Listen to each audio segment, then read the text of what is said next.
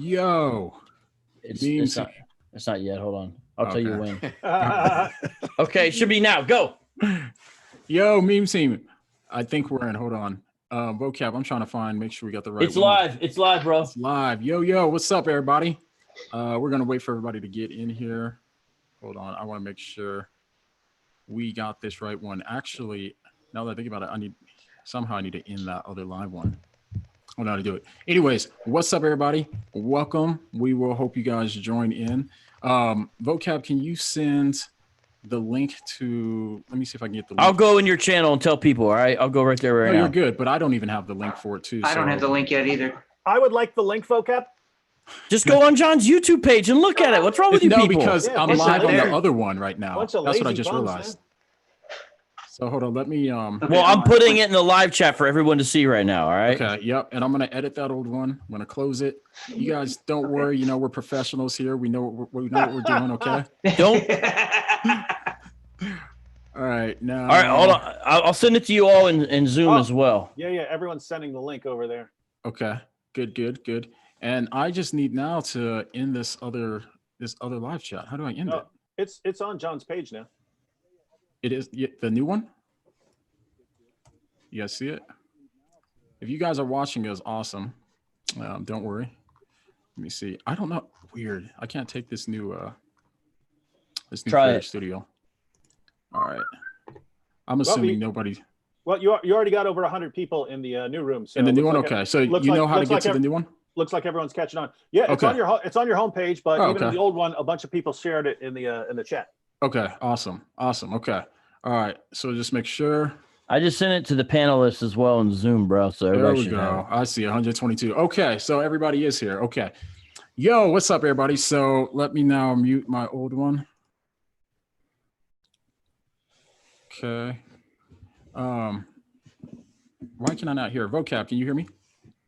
I can hear you great. Okay, we're good. I Okay, hear we're all you. set. All right, guys, we had massive technical difficulties, obviously. So sorry, man. I really feel bad. All of you guys that were watching, that's insane. There was like 130 people or something that were all waiting in there. Now we got over here. Now it's about 134, growing. So it's good to see you guys all made it back. Thank you guys for joining.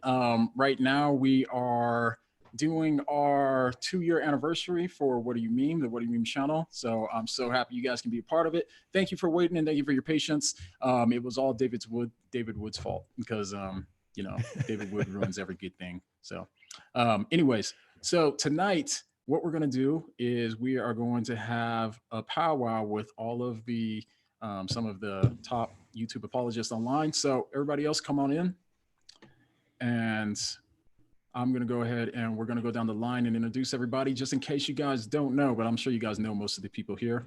So we'll start with Vocab Malone. Vocab, tell us something about yourself.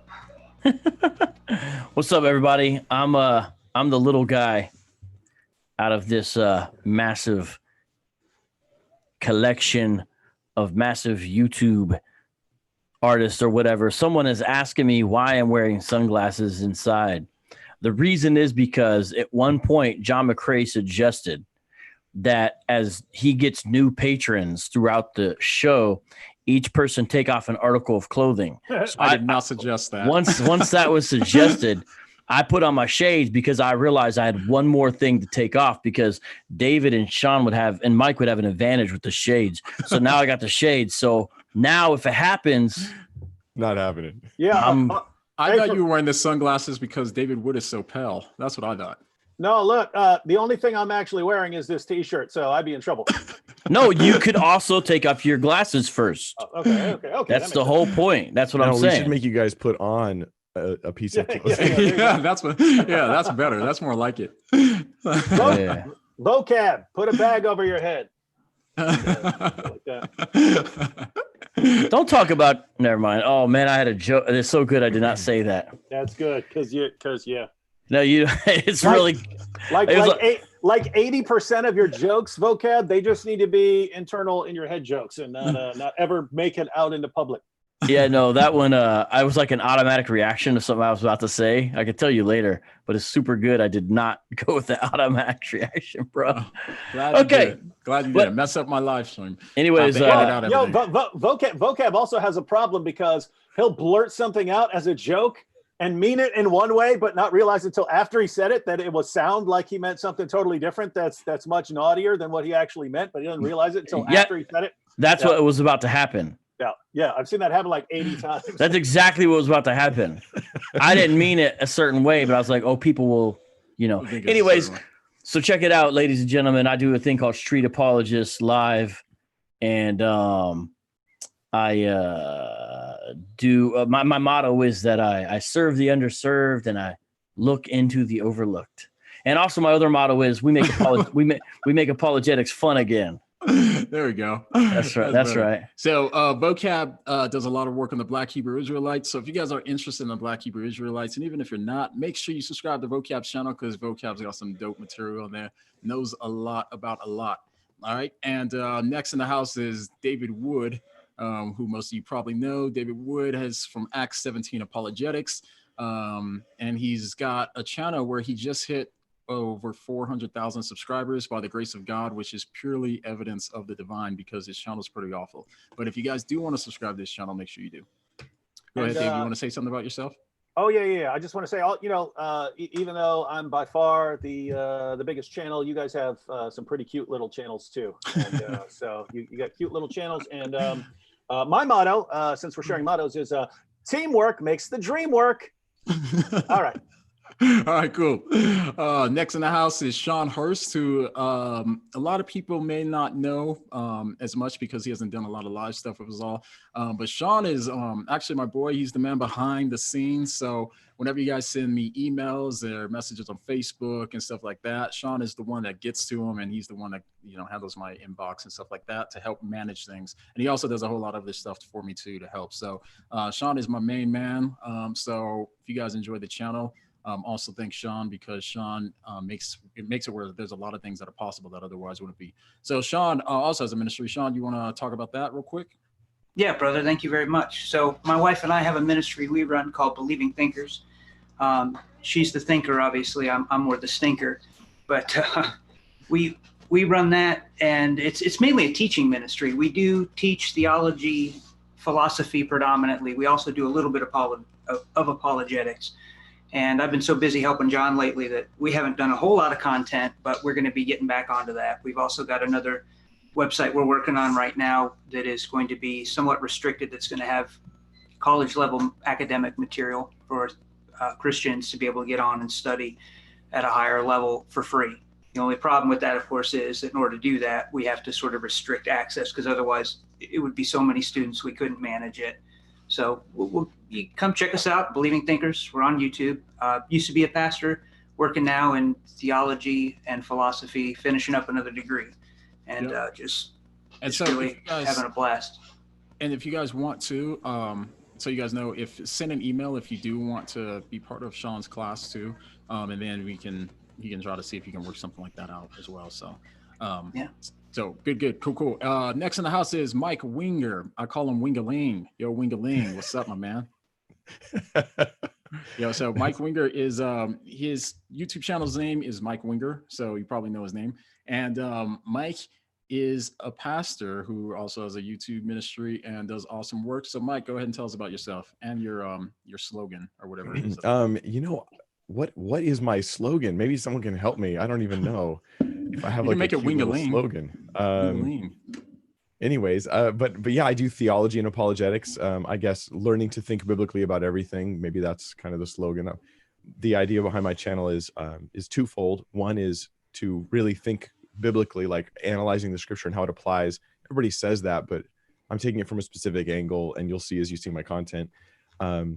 And then also the other side is a lot of apologetics. And so, for instance, I'll teach through the Gospel of Mark, but I'll incorporate apologetics about sort of geography, areas of Mark's geography where skeptics and some scholars will even say Mark got things wrong. And we'll do that even while we're doing kind of how to apply Jesus walking on the water into our lives. So I do all that kind of stuff, deal with atheism, false religions, cults, all of the above. Yeah, theology and apologetics.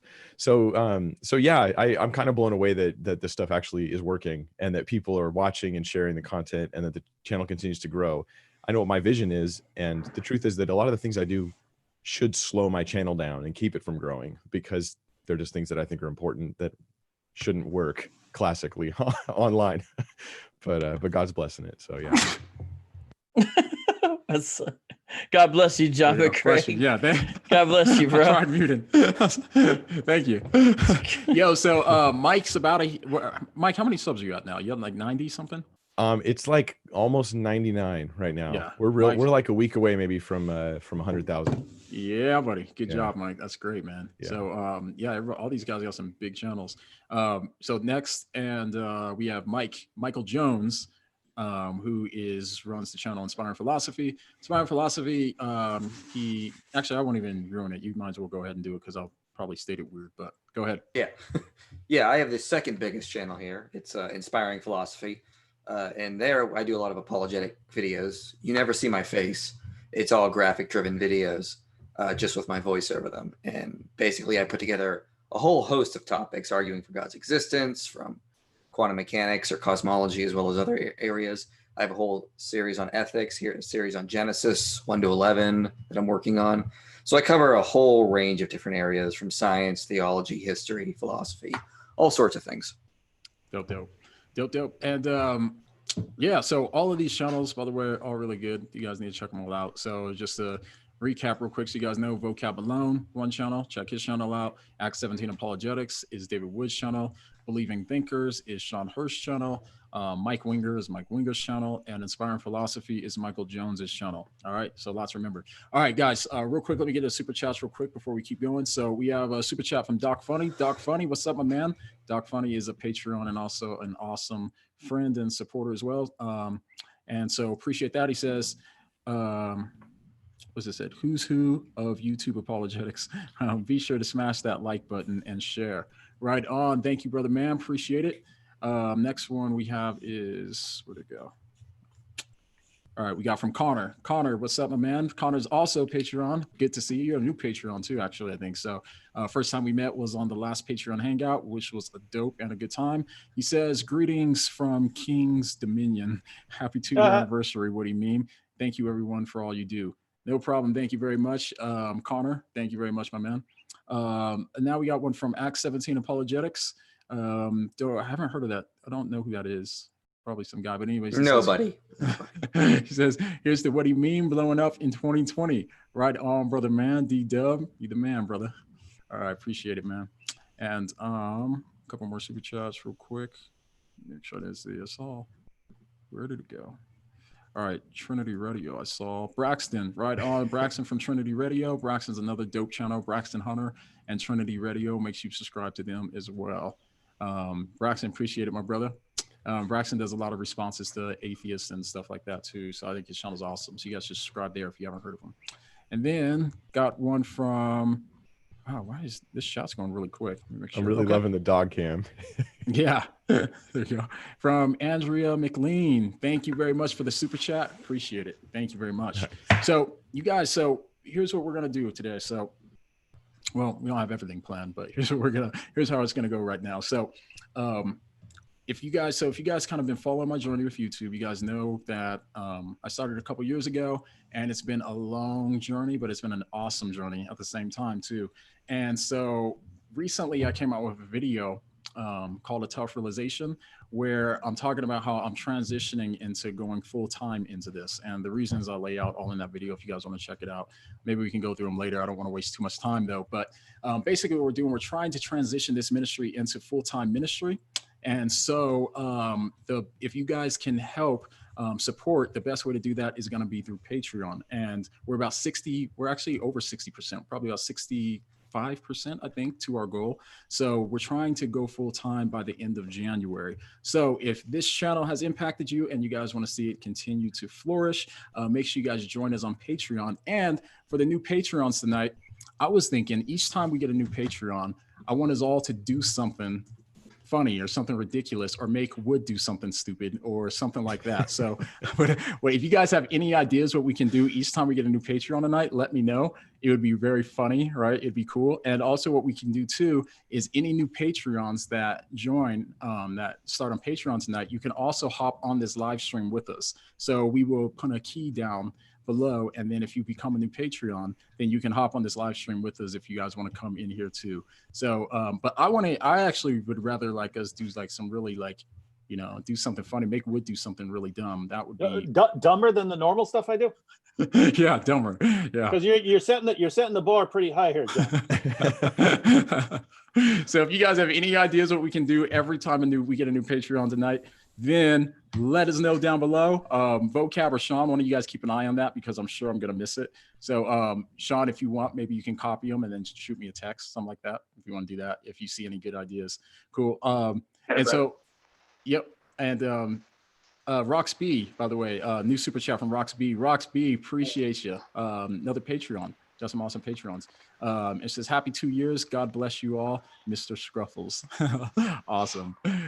All right, cool. Roxby, but appreciate you always. And appreciate always your comments and everything like that too. It's just awesome. Hey, you know what's funny?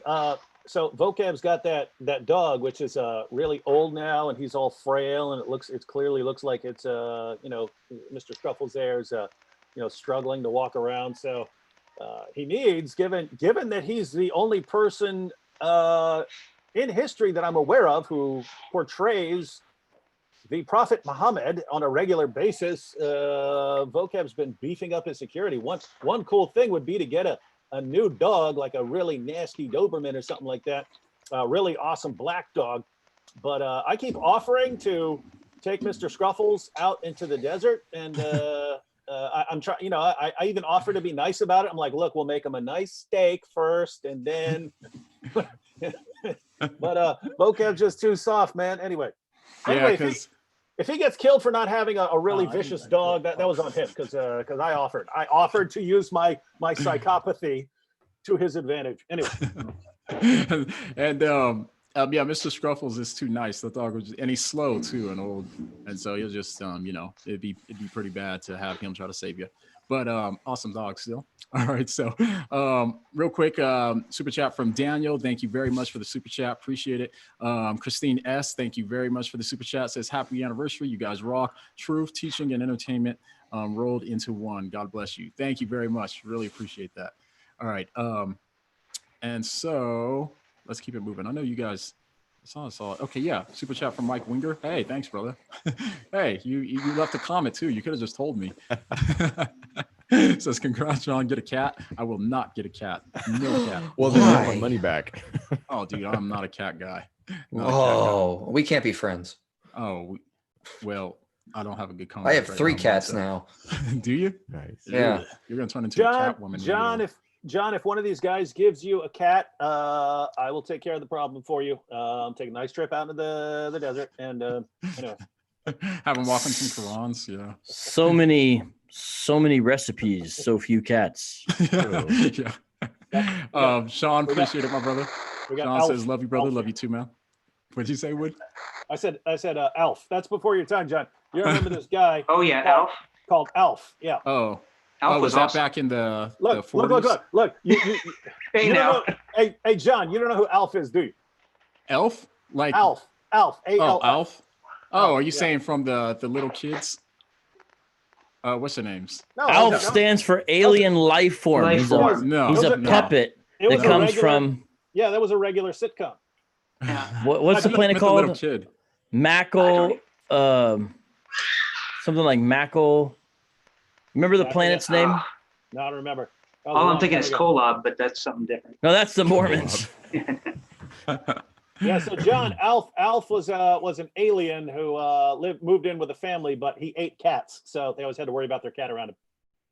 Yep. I'm thinking Lucky would make a great you know, he'd that as Yeah. thinking Lucky would make a great steak. I gotta say, I don't understand why people hate cats. Like, I get it if you don't want one as a pet, but some people like hate them. Like, they have like this psychological baggage they're dumping on cats for some reason.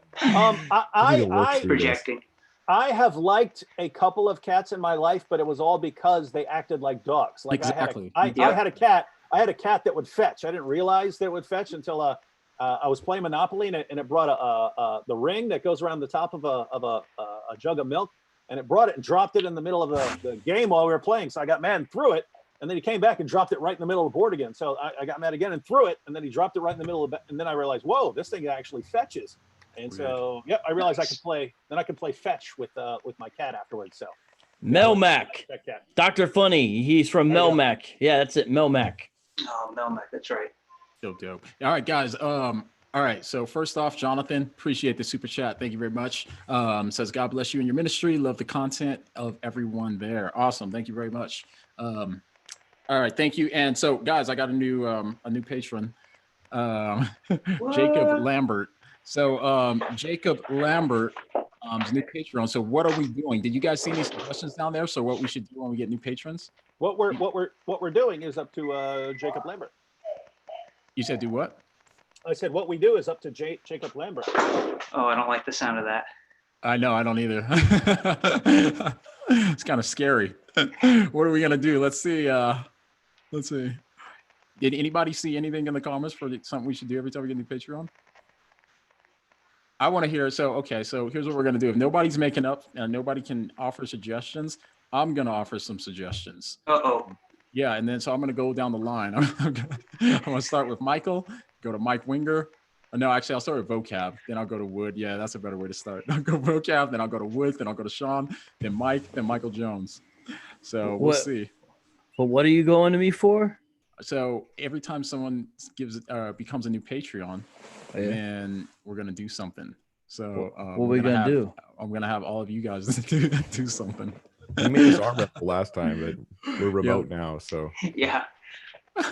You want me to just do something? I thought we were gonna. Okay, here we go. There's some good ideas in here. Everybody, if you're sending me an idea, tag "What do you meme?" so that way it will stick out. What were you saying, Vocab? Vocab, what were you saying? Sorry. Oh, I thought we were gonna give some people the L word. I don't know what that is. The link. Oh yeah.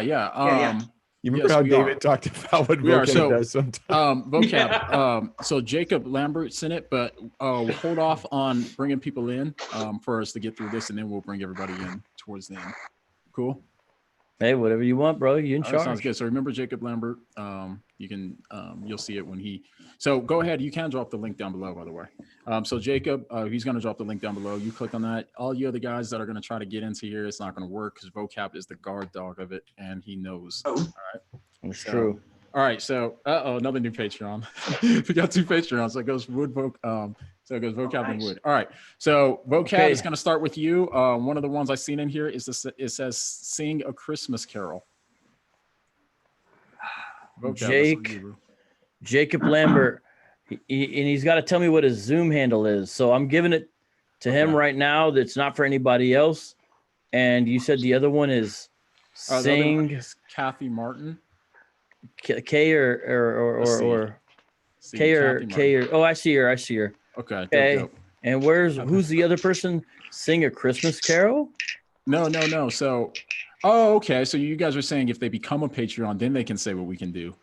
That's a good idea. I was saying we bring him in with the link. I don't know what you're saying. We are. So let's get clear about this so we're on the same page. So here's what's going on. So first off, every time someone becomes a new Patreon, we got guys, by the way, we haven't talked about this before going live, so that's why it's confused. So basically every time somebody becomes a new Patreon, then we will make somebody else here do something. And then for the people that do become Patreons, we'll bring all of them in, but we're going to bring them in later on in the show. Got it?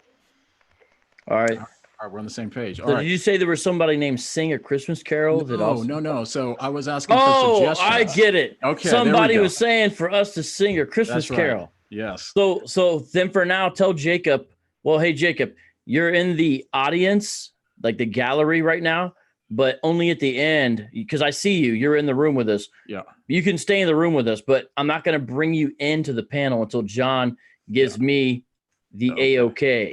Yep. Same for you, Kathy. Yeah, same thing. So you can get in if you'd like to join the stream. I don't see Kathy. Just FYI, Kathy, if you want to jump in, you got to download Zoom first, which is free. It's no big deal because you got a little time because we're not bringing you in just yet. So Kathy, go. Yeah. Yeah, Cool. Dr. Funny, I know it's public, but nobody else can come in because even if they click on it, I don't bring them into the room. But I know what you're saying. That's right. Yep. Yeah. Cool. All right. So now so vocab. I'm gonna go down the line first and people do different stuff. So we're gonna start with vocab. And if you guys do become Patreons, by the way, you guys can, or super chats, by the way, you guys can tell the next person to do whatever. So we're going to start with vocab. Vocab, sing a Christmas carol for us, bro.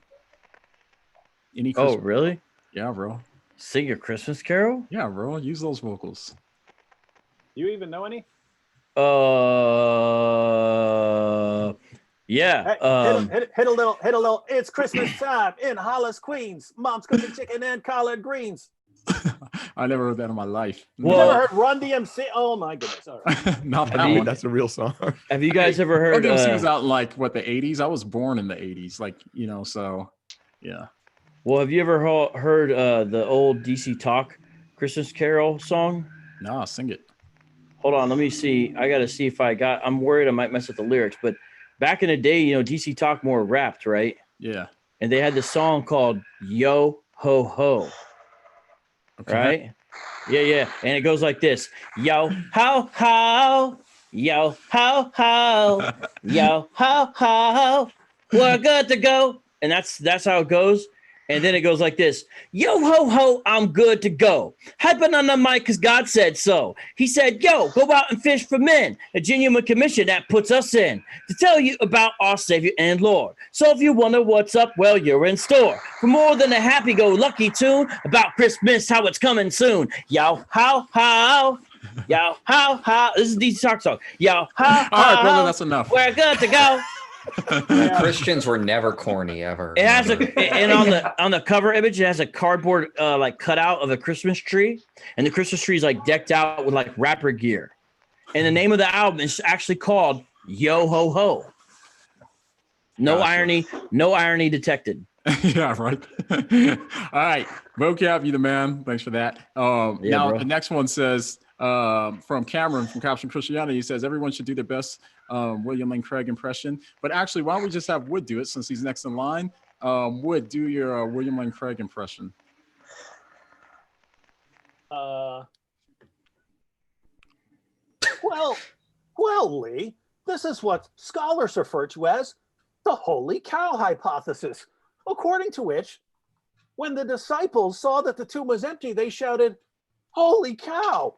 But Hindu scholars have interpreted this literally to mean that Jesus actually returned as a cow. That's William Lane Craig when he's 90. That was great. That was awesome. There you go. Jonathan, the answer to that is yes, absolutely. Let's see. All right, guys. So throw in your ideas too. So if you guys got more ideas, I might have missed some that you guys want us to do some stuff, go ahead and send them in. Real quick, let me get to super chat from Kevin Blah. Thank you for the super chat. Appreciate it. Says, I hope I didn't miss a super chat, by the way, but it says, was the snake in Eden able to talk or was it possessed? Just curious about what you guys think about this. Let me get this one. Go ahead. Yeah, so I got a whole video on my channel called Genesis 3, the serpent, and go into that in more detail. I argue that the serpent is actually Satan himself. Just to give you kind of like, if you want more details, go on my channel, check out the video, Genesis 3. But basically, in the ancient Near East, if you look at iconography from around the time of Isaiah, Hezekiah, we actually have depictions of seraphim. Remember Isaiah 6's vision. And they're depicted as winged serpents. So a seraphim in the ancient Near East was a winged serpent. Now, Michael Heiser has also talked about the serpent in Genesis 3. He notes it actually has a triple meaning in the word. So the word Nahash, he argues, has a triple onton. So it means serpent, but it also means deceiver, and it also means the shining one. And if you actually read the ISV translation, the word serpent doesn't come up in Genesis 3. It's just the shining one. So it says the shining one was craftier than any beast that God made. The shining one said to Eve.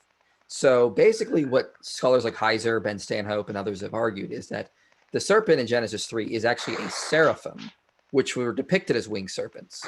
So it wasn't a snake, a literal talking snake. it was a serpentine divine being who was Lucifer. This is why the book of Revelations says Lucifer or Satan was the dragon, the serpent of old.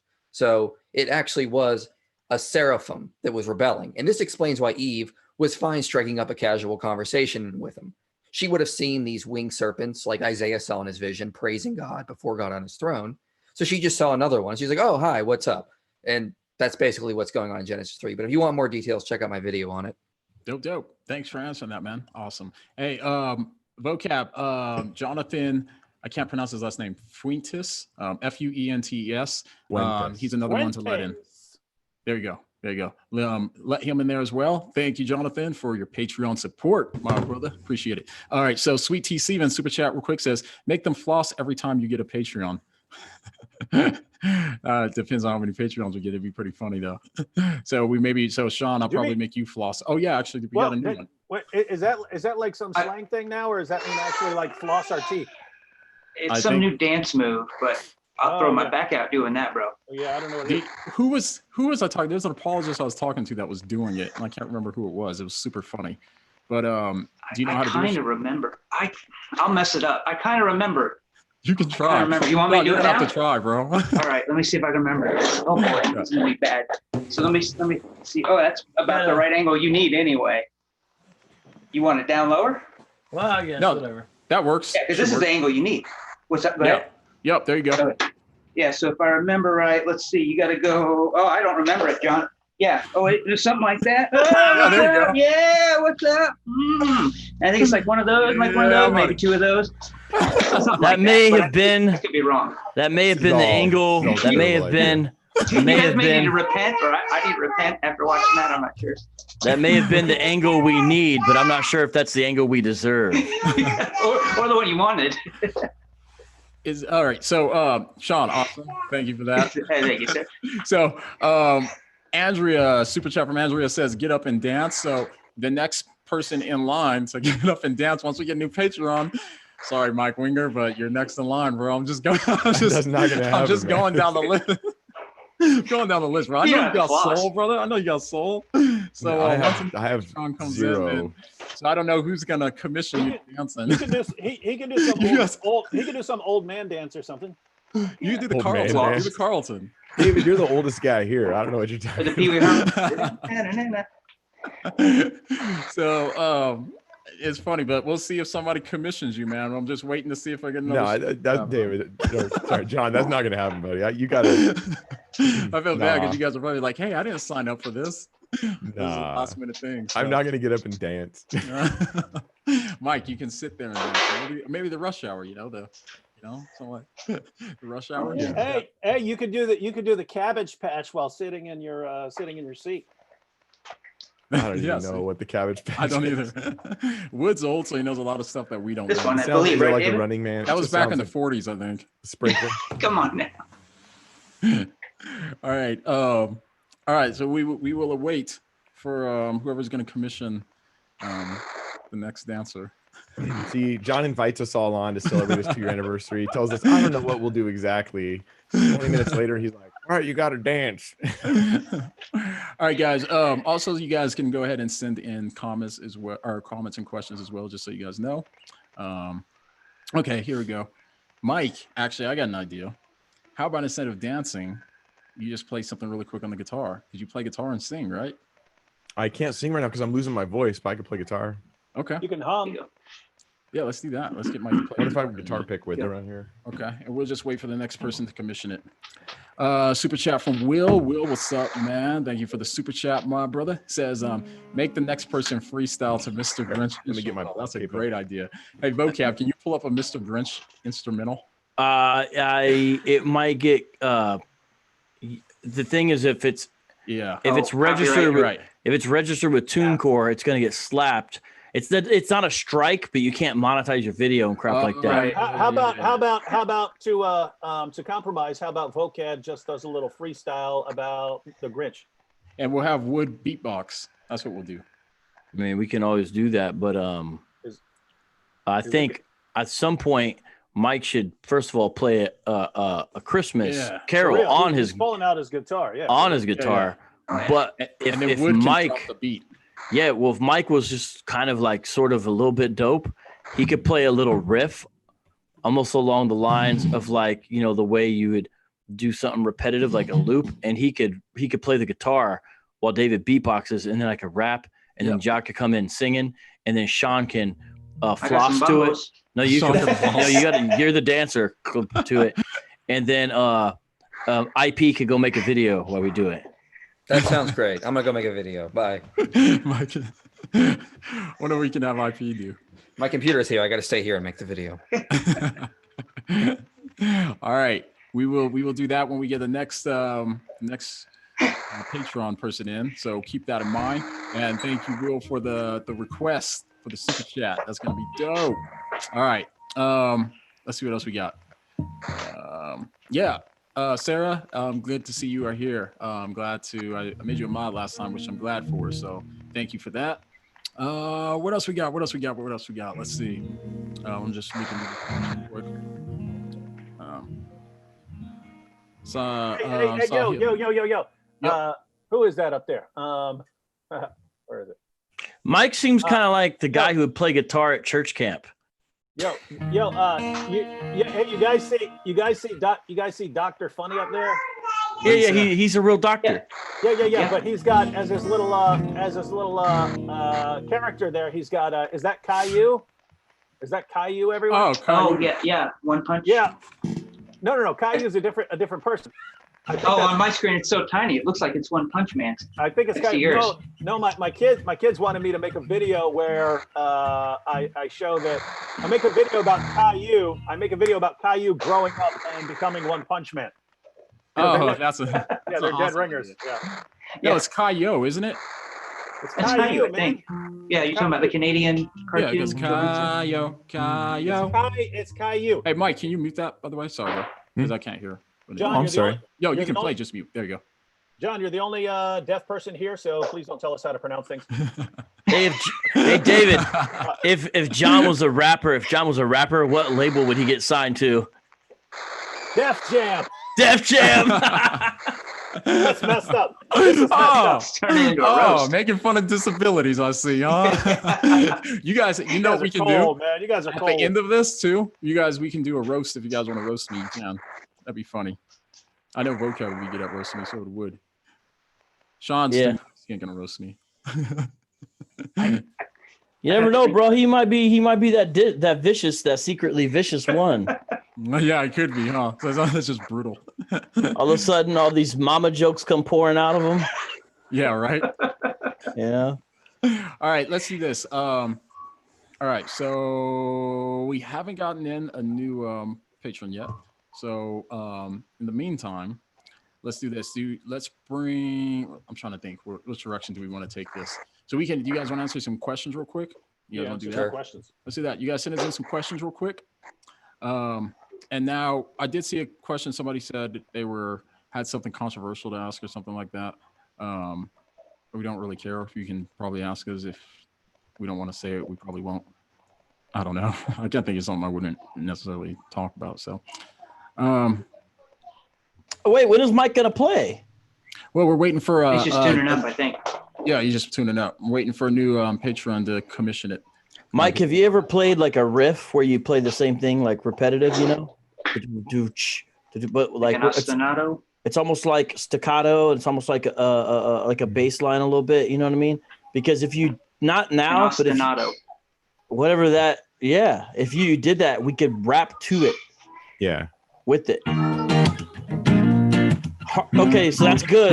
It have to be hard, a little harder though. Like, so make it more like like a little where there's almost like you play it and then stop, play it and then stop. You don't do not as strummy. Does that make sense? Yeah, a little more like burst. A little like that, but a little more burst. I think the last one would have worked because then you could just have wood beatbox and it would probably flow tight. Yeah, but it's better when it's more like like a little stop-start action instead of just like real flowy. But a fusion of what you just did, it would sound dope. How about some like reggae stuff, huh?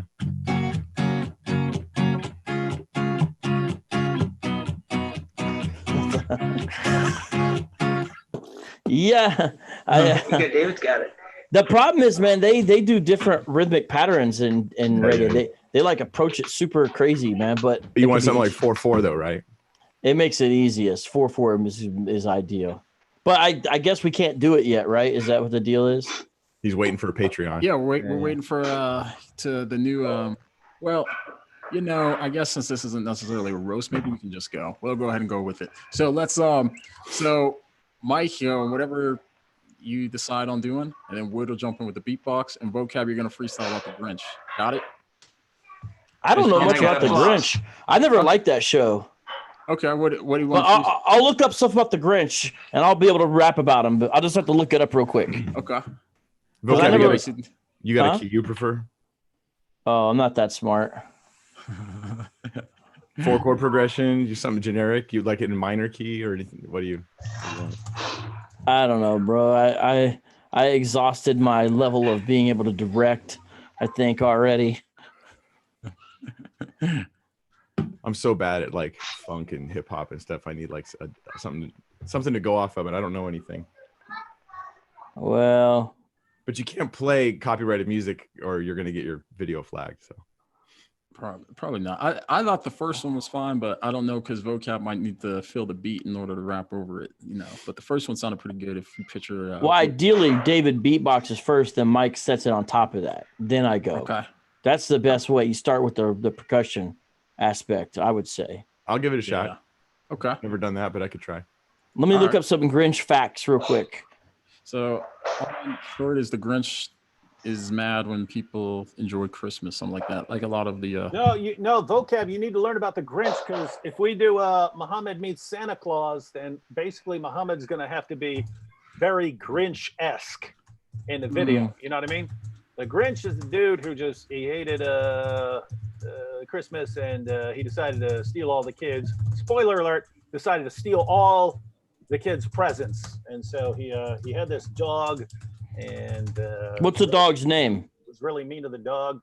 I don't know if the dog had any, but anyway, so he lives up on this mountain like a total loser, and he doesn't wear pants or anything, and but he has a. So anyway, he goes down. Sounds there, like Sam Shamoon. I was gonna say that. That's exactly what I was thinking. Yeah. He steals all the presents in the town, but there, as he's about to leave, he sees this little girl, and he sees her, and she's all sweet, and he sends her off to bed, and then he steals all the stuff, and he goes back up his mountain, making the dog pull all those presents back up the mountain, and then his heart grows 3 sizes bigger, and. Oh, no, I remember. He was up on the mountain and he was waiting for them to all be miserable. He's waiting for everyone to start crying. And instead they came out and were still happy because it was Christmas, even though they didn't have anything. And so his heart grew, and then he charges back down the mountain and gives everyone their presents. And then he's a hero. He's a better man. So that's the Grinch. Oh my goodness. Who's typing? Well, okay. Hey, by the way, you got a new patron. Yeah, buddy. So from Emily. So Emily, you can also join the conversation or the live stream as well if you like. Now for the new patrons, if you guys are just getting here, new patrons get to join the live stream here in a little bit, and you guys can come on and talk to us about whatever you want. Who is the Hey, who is it, bro? Emily. EMI. So Emily, click the link that. Her name's not coming up on the. Oh, so I just saw on Patreon, so I don't know. I need to know her YouTube Emily, name. just write down below, so that way he knows who you are. Vocab does. You can just write anything, write Vocab or something, and then Vocab will see it, and then he will save you if you do want to come into the stream with us here in a little bit. If not, it is okay. You don't have to, of course. But thank you very much for becoming a new patron. So every time, so for you guys that just got here, every time we get a new patron, I get to make all these other guys do something. All right. And you guys can leave your ideas down below. And then because I need your ideas, so we can make them do something. And then whose kid is that? Is that our kids? Might be our kids. Not your kids. Might be mine. Yeah, okay. Might be mine. Anyways, so we'll make one of these guys do something. You guys leave your ideas down below. And then also here in a little bit, we're going to bring all of the new patrons in to hang out with all of us too. So should be a good time. All right. So yeah, Vocab, keep an eye out for Emily if she does write something down there, and we will know who it is. So Emily, just write, hey, it's me. Cool. All right. So let's go ahead and drop that song. You guys ready? Sure. All right. So Mike Winger is going to start with you. D Wood is going to come in with the beat. I don't know what I'm doing, but I'll try. Oh, okay. You're good, bro. I'll tell you what. You, what is it? Lock the track. No. You drop the track. Wood locks the. No, I don't know how it goes. I can't remember. Anyways, go ahead. What do you think, Vocab? Oh, I think you should beatbox first. Yeah. Are we sure we're not on like some audio delay here where it's going to sound normal to us? I was wondering that. We'll Yeah, see. but We can try it. It might just sound like crap. like everything else we're doing, we're here and they're there, but I think we all hear each other the same. Oh yeah. If it gets out of sync, we'll just call it jazz. Hey, and Vocab, by the way, Emily just wrote in the chat, so you should see her. She says Vocab hates me. Okay. She's not highlighting my name, I don't think. She didn't tag your name. Yeah. What's her name? Emily Guerra. Hi Guerra. Rox, I think I have to dance. I don't think I'm allowed to do the music. She is right though. I do hate her. Who? Emily. Hey, that's mean. You don't hate my patrons. Hey, I'm not good at Spanish, but every time there's like a Hispanic last name, because I assume that one and the other one, you pronounce it really funny, man. But I don't know how to pronounce it better, but I like yours. I like hearing you try. I am bad at pronouncing those kind of things, but I can blame it on my deafness. All right. That's right. Yeah, what's your excuse, Vocab? I'm a partially functioning human, only partially. That's good. Okay, let's get to this song. All right, so we'll try it. We'll hope there's no delay. If so, it's going to sound really funny, but it still gets on. So, Mike Wingerling, it's on you, my brother, but you're going to have to unmute yourself when you do. Sure. I thought David was going to start with the beat first. That's what Vocab asked for. Oh, okay. Yeah, maybe we should figure that out, and then Vocab could jump in when we've got a. Yeah, just jump in when you're ready. Scared away. All right, I'll go like the simplest one. Right. Cool. Ready? All right, here we go. So this is a Grinch rap. Yeah. All right, here we go.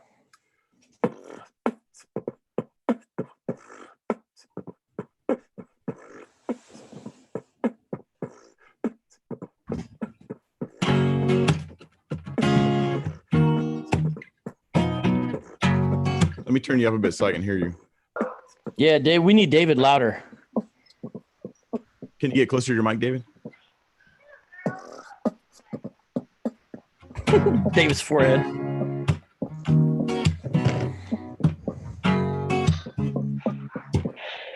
I can't hear him at all, man. Once I start playing, I lose him. Yeah, it's not gonna work, man. All right, I'll tell you what. How it is. Try your thing, Mike. I'll try to rap over your guitar. Yeah, I'll try to rap over your guitar. All Go right, ahead. man. Would you like what I was playing? Does that work? I think so. Try to make it a little tougher, a little cooler, but it sounds really pretty. You could do it just like you're doing. Maybe take it down a key or whatever it is. So it's not. It sounds really pretty. You could keep it the same. Yeah, there you go.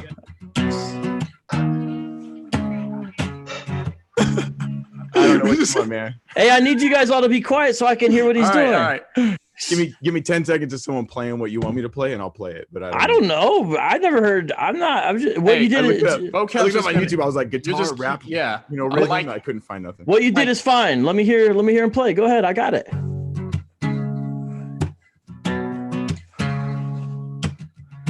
All right, here I go. Yeah. Mr. Grinch live on a mountain. Peep him out, he wants to make everybody shouting, cause he steals their gifts. Hey, yo, kids, you're gonna get pissed. Mr. Grinch comes out to steal. He's a classic fairy tale heel. That's for real, his feelings are ill. He wants to make everyone kneel and then cry. Mr. Grinch says you might as well die. Hates Christmas, waves it bye-bye. Look into his eyes, they're empty, Mr. Grinch. He's nasty, just an inch. His heart cannot grow. At least it seems so. His heart is cold like the winter. He's got a dog that's like a little disciple. He's the mentor.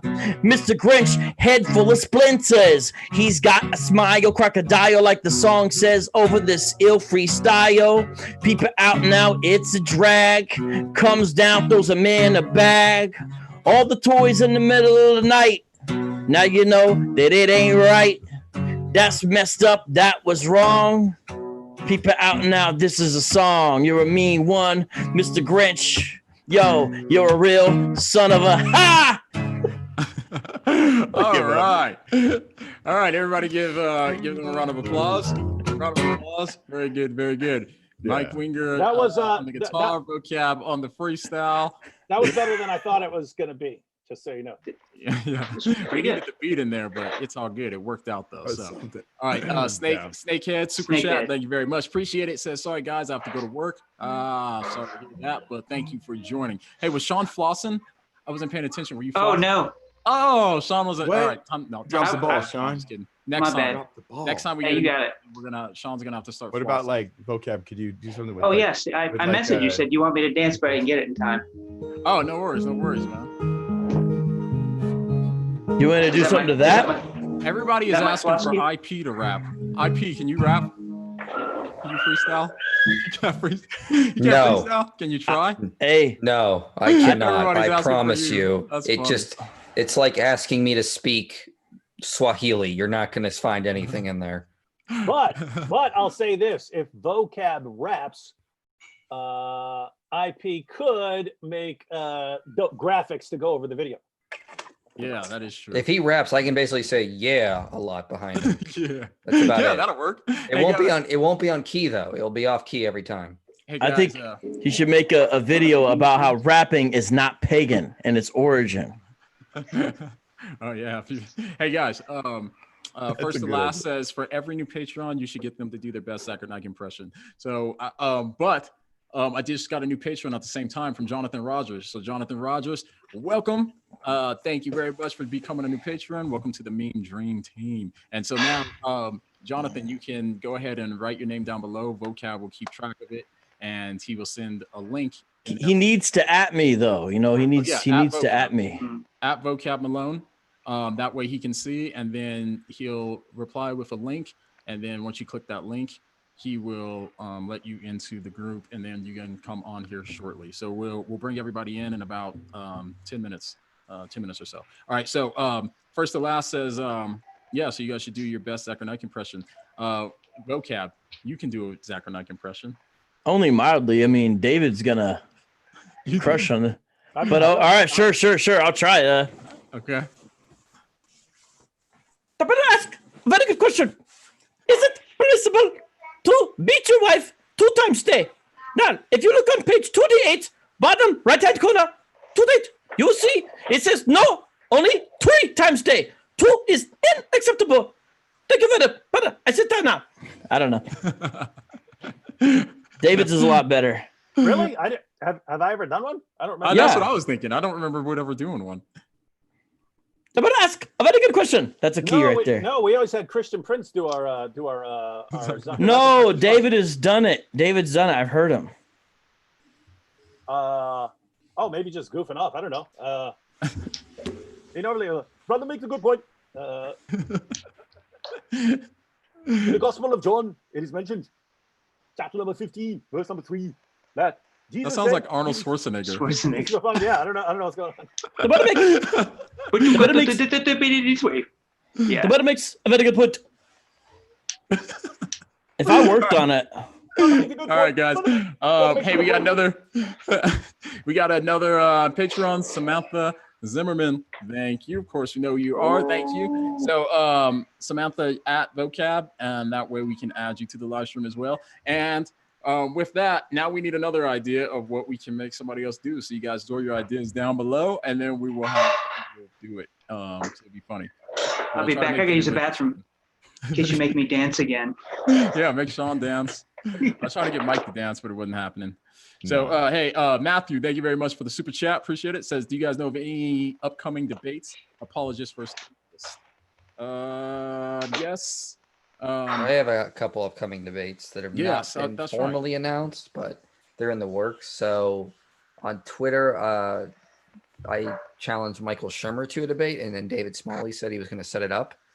I can say that because they publicly said it, and I'm just waiting to hear back from Smalley on an official date sometime this month. I might be debating someone in Canada, a young Earth creationist, in January. That's not been set up yet, but it's in the works possibly. And then I might be debating an atheist in Dallas in January as well. And then in a week from today, I'll be on Shannon Q's channel, and Paul Logie and I are going to have a dialogue on divine hiddenness. No. Apologia. Why did I say Paul? Apologia. Yeah, apologia. Okay, dope. That's awesome, man. Hey, so Sarah, make sure you at Vocab if you want to join. JMD Apologetics. That's Michael Jones, and him has a whole lot of stuff together. But JMD, what's up, my man? Make sure you at Vocab, so that way Vocab can add you again to the Wait, who's the next person? So you got or Samantha Zimmerman. Okay. And then JMD Apologetics. His name is John, his real name. Oh, yeah. All right, dope. All right, dope. So what are some other ideas? What do you guys want to do? So, okay, now I'm trying to think if there was some funny ones earlier, but I can't remember. If you guys had your ideas and you wrote them in earlier, what you wanted people to do whenever we got a new patron, write it down below again, because I can't remember some of those earlier ones now. All right, and make sure you at What Do You Meme and be easier for us to spot. All right. So it said that's why they call the Terminator sounds like Schwarzenegger. I think he's talking about David Wood's impression of Zachary Knight sounded like the Terminator. Whose background is loud? Is that you, John? I don't think so. Somebody's like cooking something in the kitchen and banging around the pots and the pans or something. Not me. Why? It might be over here. I'll make sure it's muted. Let me check. Somebody definitely is. It might be my kids cleaning up their toys. Hold on. Let me tell my wife to shut their door. I mean, hey, it's all good if it doesn't bother you. There's a lot of clingy. Wait, it got all quiet. What happened? Has everyone muted? Take over. Yeah, totally, Mike. Let's take over, bro. All right, you guys.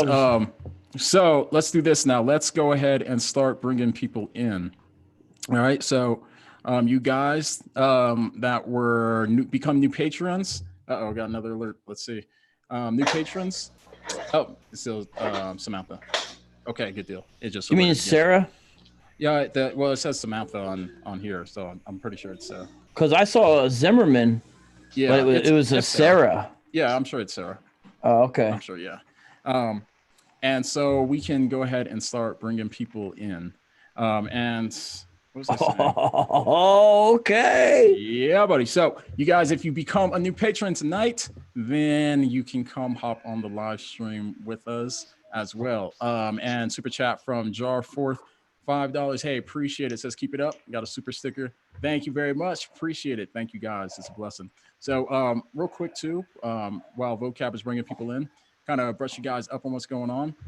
This has been 2 years, 2-year journey. And now we are transitioning into making this a full-time thing. So for you guys that want to become or want to help support this channel so that way we can go full-time, we do need your support. So if you can, make sure you go to our Patreon page and become a patron, and that will help ensure that this comes to pass. All right, so Vocab, are you bringing people in now? Yeah, but it's funny because I remember a number of females, but the males have come in. Oh yeah, weird. Yeah. So Jacob's in here, JMD, Jonathan Fuentes, and there was a Jonathan Rogers. Is that correct or no? Let me look. Was there a Rogers? Rogers, I think. Yeah.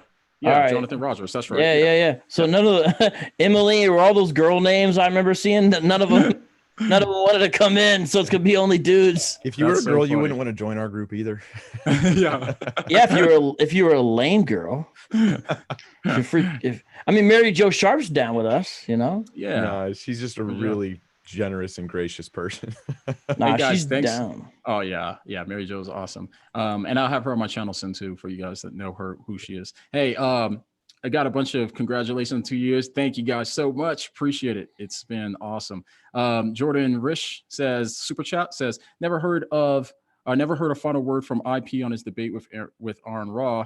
Hoping you had some final thoughts to share. anyone is free to add on. Sure. IP, I mean, he did a video after our debate, and then I did a video response to that, and then he did another video response, and I just did a blog response. If you want to get into the whole conversation, my final word on the debate was simply that he just didn't have any research. He brought maybe 3 studies, which I had already read ahead of time. Like one was by a guy named Gregory Paul, who's a paleontologist, and so many problems in his paper. It's hard to even go over it all right now.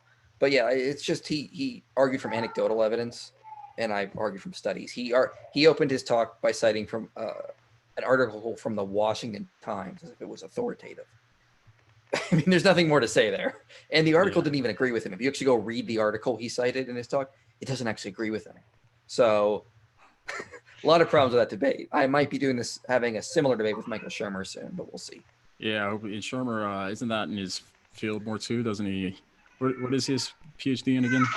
I don't know exactly. Sociology or something like that? No, it's history of science. Oh, okay. Yeah, it should be fine. I know a couple of the studies Shermer was talking about in Twitter. I think I know what he was referring to. It seems like his main source is a guy named Phil Zuckerman, who I've read a lot of. So if we get to have the conversation, I really hope we do, because there's a lot I want to go over with him. Cool. All right. Hey, we got a bunch of the new patrons in the house. So you guys, welcome. Yeah, welcome, you guys. And welcome. Yeah, no, good to have you guys here. And Shawnee and Gregory, super chat. Thank you very much. Appreciate it. So it does look like the Brady Bunch. Somebody said it looks like the Brady Bunch. I know, that's funny. Now you want to start with somebody in particular? I'm trying to think how we want to do this. Who has something that they want to talk about? One of you guys, the new patrons. I just wondered if I could ask Pastor Mike Winger a question. That's cool. Okay. Yeah, sure. It's basically the question is that the Bible tells us not to be anxious, but I still suffer a lot from anxiety. And in fact, I was live with David and Vocab on Zoom 2 nights ago, and I kind of stopped talking because I couldn't really function. Is it unchristian to be anxious, even though you know that Jesus is your Lord and Savior, and you know that the Holy Spirit is protecting you, but you still feel frightened though? Is that unchristian, or is that? No, I think that it's kind of like the issue of anger in Scripture, where it says, like, in your anger do not sin. In Ephesians it says be angry and do not sin. It's not just saying that anger itself, if you feel anger, you're sinning, but rather anger presents you with a temptation and an opportunity to sin. And I think anxiety is like that. Anxiety, not anger. No, I'm using an illustration. He's saying it's a parallel to that. Oh, okay, sorry. So, and I can give you a couple examples. So in 2 places that I can think of off the top of my head, we're told not to be anxious or not to worry. Jesus tells us not to worry, both in Matthew and in John. In John, he says, don't worry, just trust in me. You believe in God, believe in me. Don't let your hearts be troubled, neither let it be afraid. Yet in the very Gospel of John, that word troubled is used of Jesus more than anybody else, that Jesus was troubled. And when you read it all in context, you go, wait a minute, Jesus isn't saying you will have no sense of worry or sense of trouble, but rather you will have like a greater comfort that you can turn to in those times. So I don't think that you have an anxiety-free life as a Christian. And I mean, I wish we all did, but just about none of us do. It's a rare individual who probably lives that way. But rather, then in Ephesians, when he talks about, or Philippians, be anxious for nothing, but in everything through prayer and supplication, let your requests be made known to God. Just know this is the same Paul who said that daily, one of the stresses of his life was his daily concern for all the churches, that he was worried about it. He was worried about the Corinthians when he wrote to them. Yeah. Okay, brilliant. All right, excellent. Thank you for that, Pastor Mike. So consider it like this, Jacob. Think of it, it's a temptation, not a sin. It can become a sin very easily when it causes you to do a sinful thing or to refrain from doing a godly thing because of your anxiety. But in and of itself, it introduces you to a spiritual battle. It doesn't mean you're losing the battle. It just means you're in it. Okay. All right. Excellent. Thank you. Hey, that's real good what Mike just said.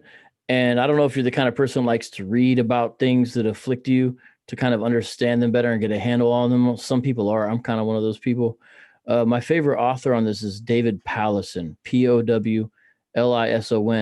And it's true that the Bible has to be the foundation of how we deal with these things. But what David Powlison does, because he's trained in both Bible theology as well as counseling and brings them all to bear. He has a little booklet called Overcoming Anxiety, Relief for Worried People. It's a little booklet, like 24 pages, and it's a real good start. And he also has some stuff online you can find for free. It's like some blog articles at ccef.org. And I think it'll help. But what Mike said is an excellent way to look at it. But everything that David Powlison writes is very pastoral, very helpful, very practical, non-judgmental, if that makes sense. And maybe some of those things would help you. He's written on that. Yeah, thank you. So I didn't want to put a downer on the session or anything. I just wanted to ask. Sorry, David already did that. Yeah. We have David Wood here, so there's no need to worry. That is a good question, brother. Yeah. Hey, that was a good question, man. Thanks for that. What about Jonathan Fuentes? My bad, bro. You're gonna have to say it's fine. It's Fuentes. Oh, there we go. Say Fuentes. Okay. Yeah, I know, man. I'm from Southern California. I'm like, it's Fuentes. It's like, what's going on, brother? It's fine. It's all good, man. So I have one question. If I want to start a YouTube channel, is it a requirement that I create a bookshelf like in the background? Well, if it's a Christian channel. Okay, no, yeah, of course. Okay, so that was the joke question. Recently, I was watching one of Whaddo You Meme's videos about, it was an older one with Craig Blomberg, and he was talking about the 12 sources for the resurrection that are non-biblical. And I was wondering if those can be found in like a certain book or all in one source where it'd be like easier to read. So I'm not exactly sure what he had in mind when he was referring to that. I mean, because probably.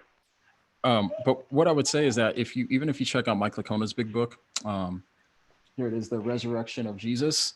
In there, I bet you he probably includes those sources because he really deals with all those sources around that time. So anything that's relating to the resurrection of Jesus and in that time, he includes a lot of those sources in there and talks about them in detail. So I would suggest that.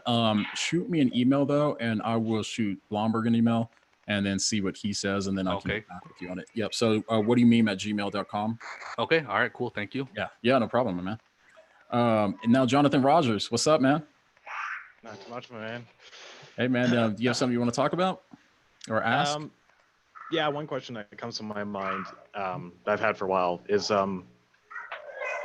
it basically is like, how should a Christian respond to the topic about homosexuality? Because I've come to realize a lot of my friends, they've come out to me more recently that they're bi, gay, lesbian, or whatever, and I know what I can say from the Bible, but if I just throw that at them, that's not going to go anywhere. And so, I don't know. It's something I've been trying to figure out as how do I respond to them when they bring up some objections related to homosexuality. Well, real quick before we get some answers for it. Thanks for that question, by the way. What is your kind of goal in talking with them about it? Like, what is your kind of end goal that you're looking for? Because I think that's really going to determine how you want to proceed with it. So do you have an end goal that you've kind of thought through, like what you're trying to necessarily get them? No, I've never actually really thought about that. Okay, no worries. It's because I say, hold on real quick, sec. Vocab, Sarah Zimmerman is Samantha Zimmerman. Oh no, she says Samantha Zimmerman. It was Samantha Riviera, and she added you. So okay, hold on. Okay. Can you say that name? Can you say that name one more time? Samantha Riviera. That's who it is? Yep. Okay. Okay. Cool. Thanks, okay. Sarah. Yeah, just like Emily, I didn't like her either. That's why I ignored her. I'm sorry. I just since Emily said that, it's kind of funny. Sorry. I'm sorry. Okay. Right. I just sent it to her. No worries. We'll get back to it. So, so I think thinking about that end goal and then you think about what's the best way to get to that end goal, because that's how I would process it. So I'd say, what's my goal here? So am I trying to lead them to Christ? Are they Christian? Or do they proclaim to be Christians or no? No. Okay. Yeah. So I think that I wouldn't start there. If this was me personally, I wouldn't start there with trying to talk about homosexuality. Of course, I mean, I would say that you'd want to try to lead them to Christ. That's a more important thing. And so start with talking with them about things about God and Christianity, that sort of thing. That's what I would say. Don't let any specific sin be your main focus in where you're trying to deal with before, because we come to Christ as we are, and then through sanctification and through our walk with Christ, that's when we start dealing with other things, right? And we start dealing with these issues. But the most important thing is to bring them to Christ. So I'd say start there. That would be my advice. Michael Jones, Mike Winger, David Wood, anybody else, Sean? I just had a quick comment because it kind of depends on how this is coming up and what's coming up. I notice a lot of people who have different views from the Bible will bring these up with Christians because they're trying to pick at Christians. You know what I mean? So they're trying to they're like, what is he going to say if I bring up this sensitive topic, and let me get him to say something mean so I can blast him and accuse him of being a bigot or something like that. Even if they're friends, right? They want you to get, they're looking for you to say something so they can jump on it. So if that's how things are coming up, I would kind of shift the discussion into, well, how do we know what's right or wrong? If we say that this behavior is wrong or that behavior is wrong, what's our basis for making these kinds of claims, and sort of get into a discussion of the moral arguments and how we know certain things are right and wrong. So I would kind of go in that direction if that's how they're coming up. Cool. Yeah. You mind if I jump in on that? Yep. One sec, Sean. Hey, new patron from David. Everybody has these names I can't pronounce. DeCalver. So, hey, David, thank you for becoming a new patron. If you want to hop in on this, make sure you at Vocab Malone down below. Let them know it's you, and then Vocab will allow you to hop in and join us. So, thank you very much. All right, go ahead, Sean. Yeah. So, Brother Jonathan, what I would say there is that you've got two things here, two factors sort of going on. You've got the content of what it is you're going to say, and then you've got the delivery system or the method or how you're going to say that. So obviously we want to be biblical as we understand that, but don't forget about the second part too, and as far as doing it in love. Now, like Brother David's ministry, there are some cultures, there are some people where it just you need to jar them, and I understand that that's appropriate in certain situations. Only you will know how that person will respond. But do think about, consider the method of delivery, how you're going to deliver it as well. And it will probably, you'll find, usually vary from person to person. Some you can be quick with it, some you may need to take more time. But hopefully that's helpful to you, brother. Hey, real quick, McCrae, what's the last one, bro, that you got for your patron?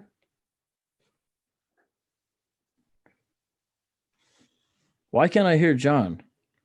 Whoops, my bad. I had my muted. It's David DeCower.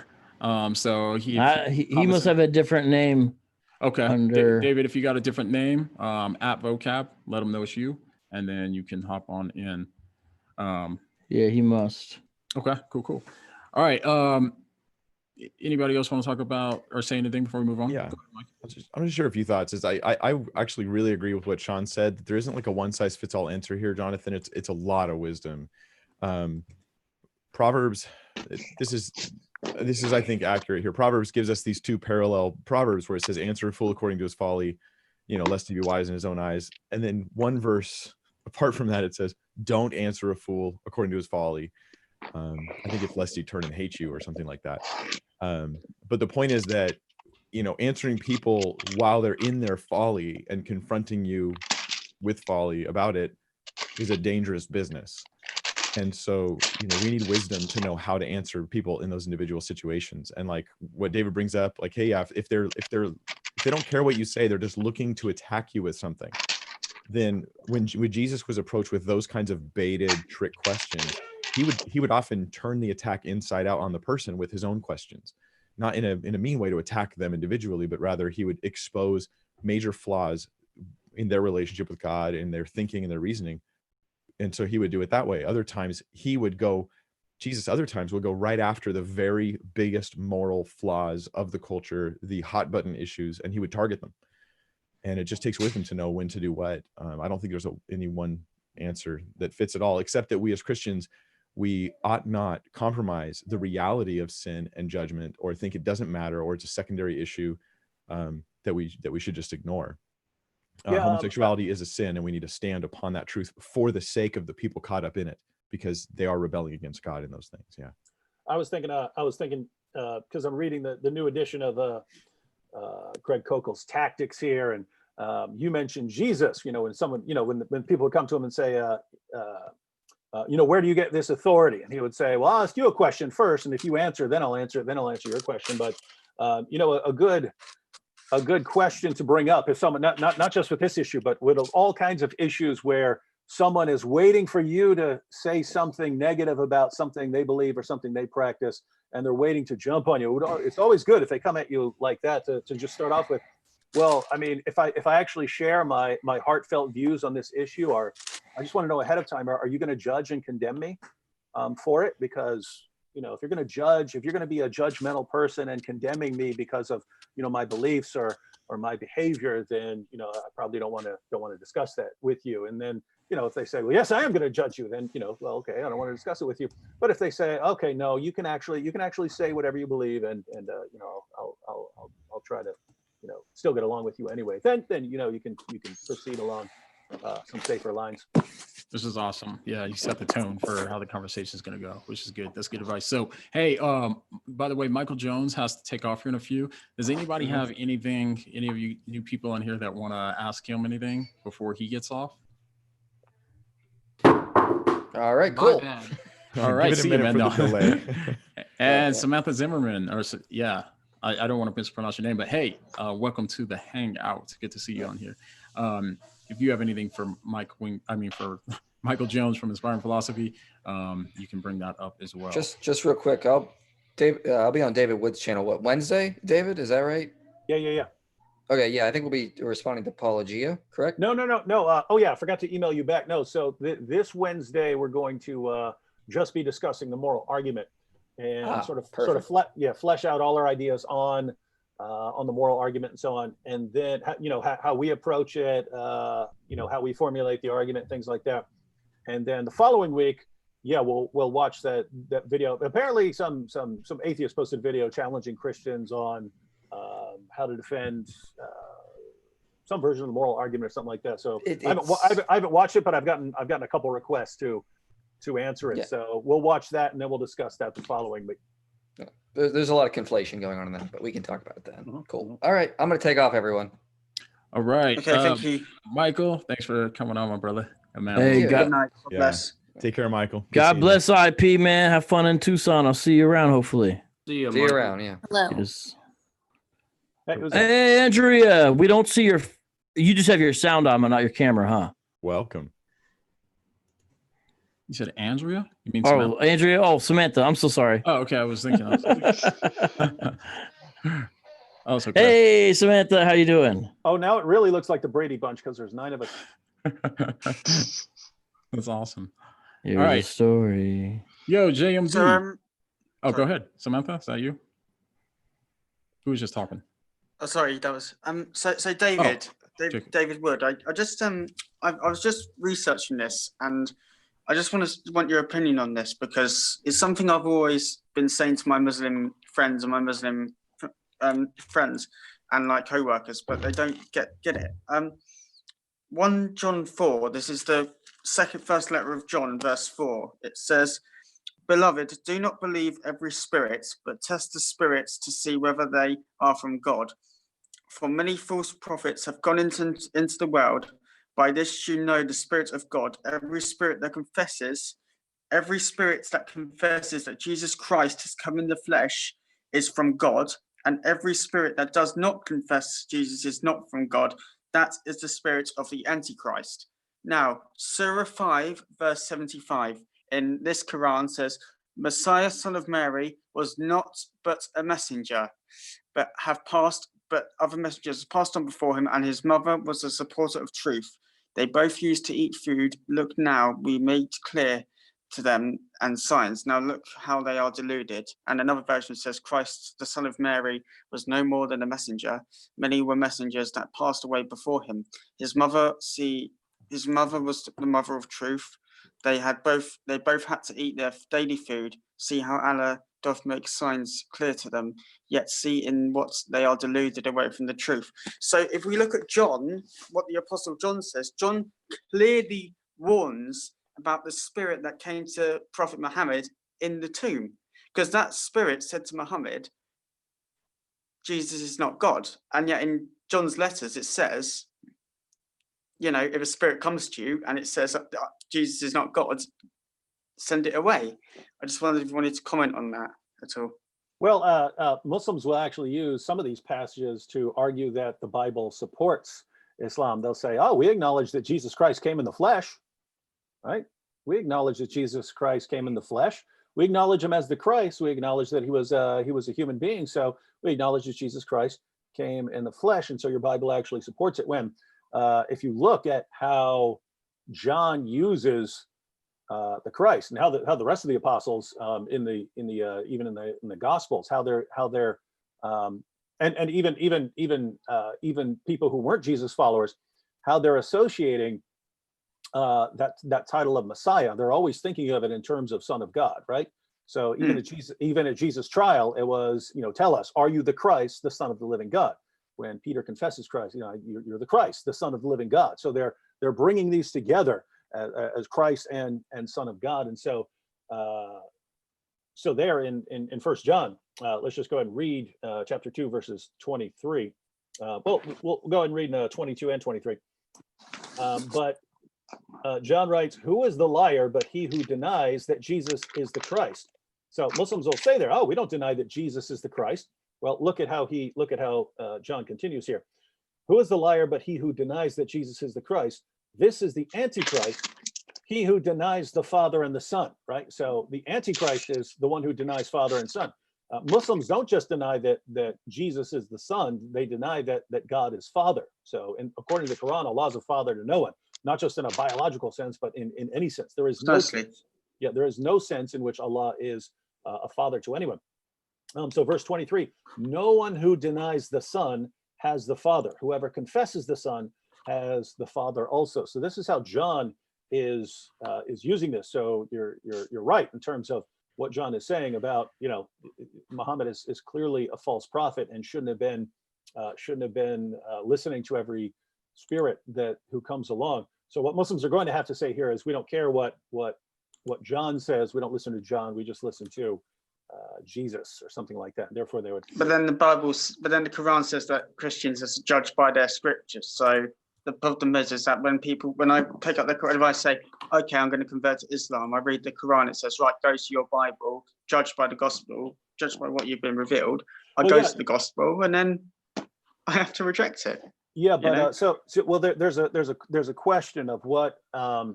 So for everyone who's new to this, the Quran, your average Muslim doesn't know this. Your average Muslim knows that the Quran affirms the initial inspiration of our scriptures. So they know that. That's why they say, well, our scriptures have been corrupted, because they know our scriptures don't line up with Islam.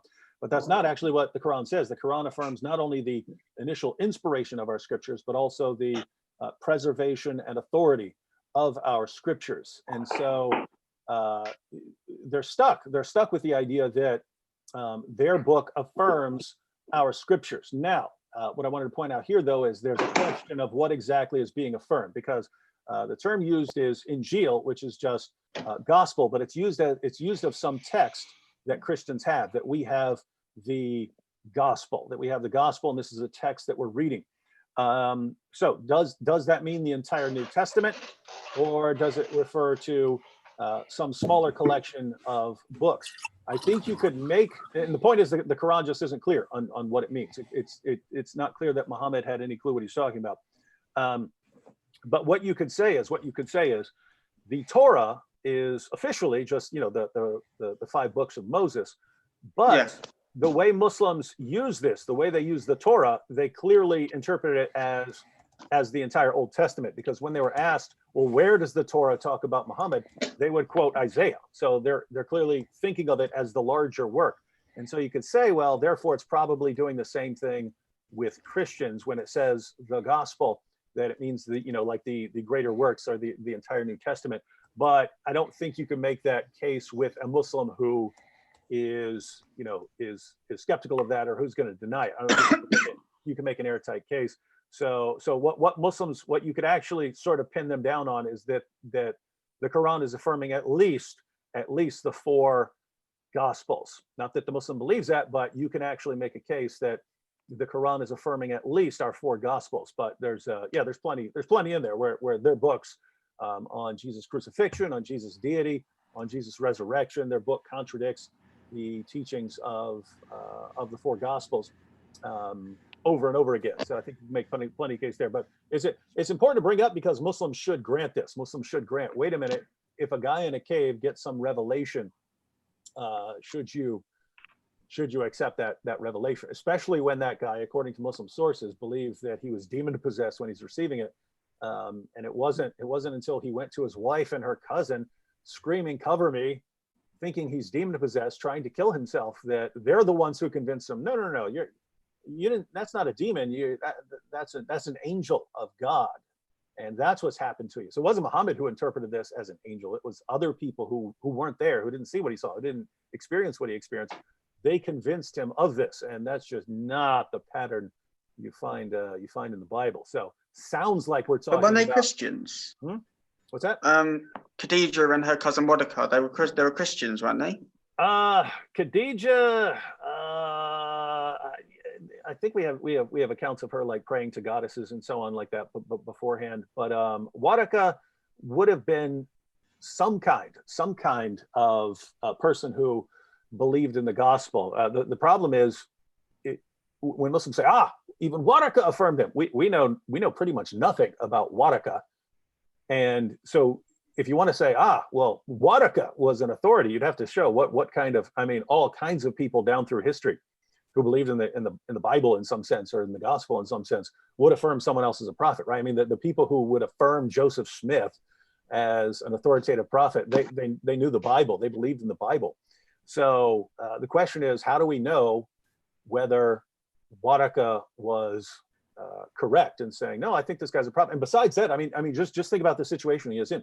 Whaddo has no experience of Muhammad denying the deity of Christ, denying the crucifixion, denying the resurrection, ordering his followers to go around and subjugate Jews and Christians. Muhammad hadn't received those revelations yet. All Muhammad comes along and saying, hey, I just got this thing and it's attacking me and it's telling me there's one God who created.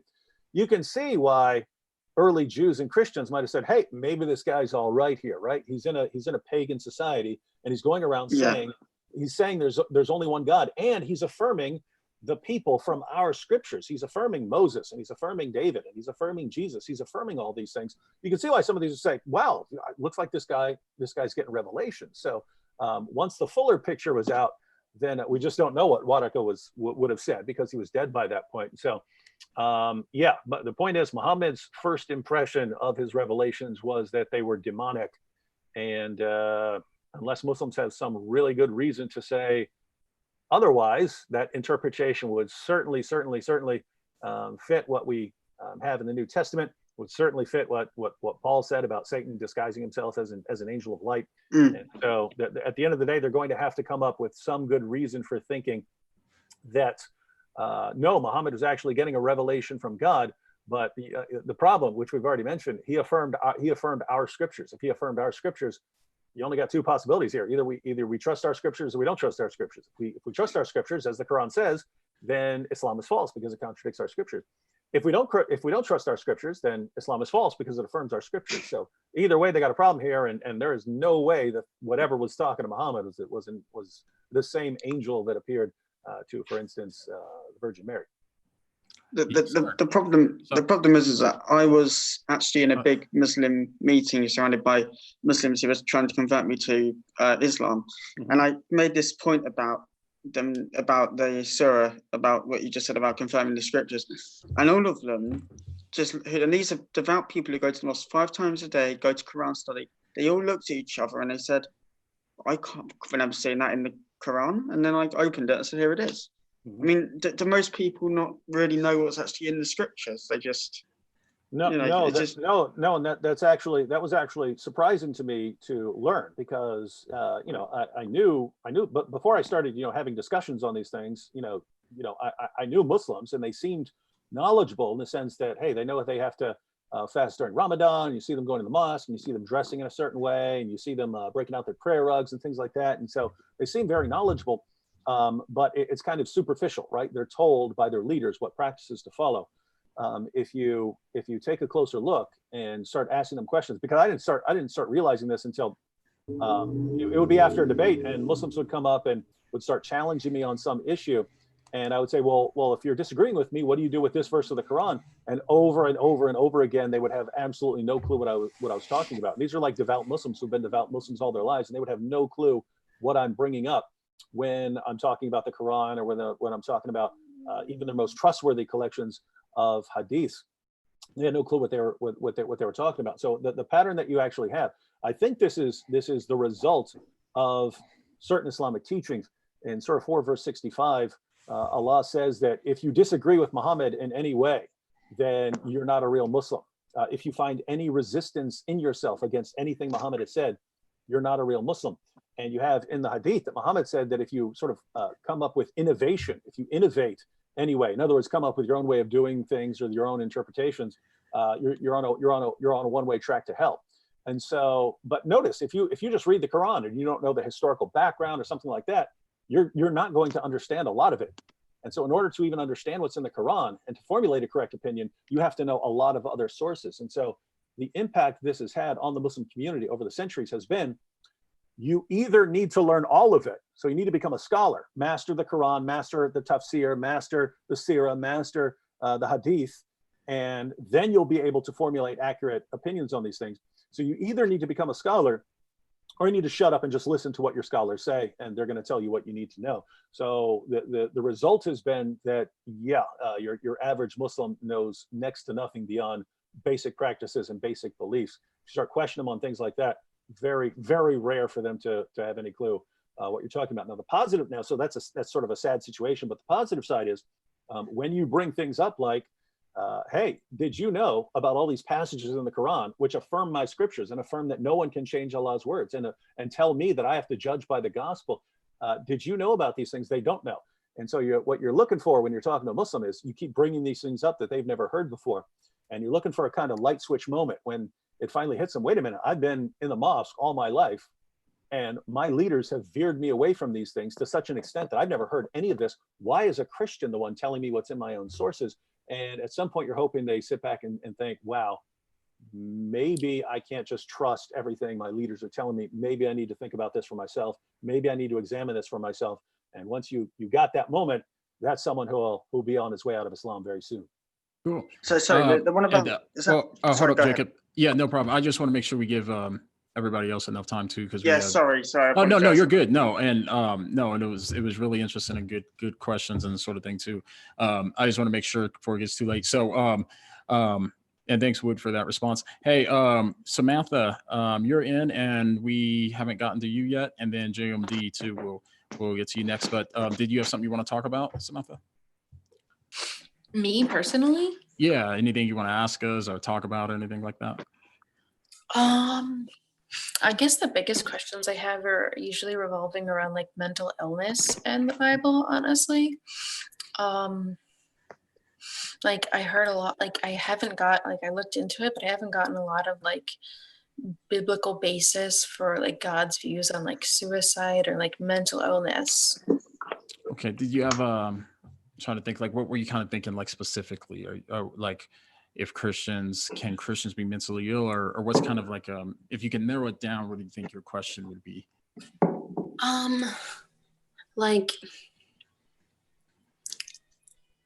Like if a Christian dies and they commit suicide, like would they go to heaven or would they go to hell? Hey, Mike, that's on you, bro. Hey, Mike, Mike, you're muted.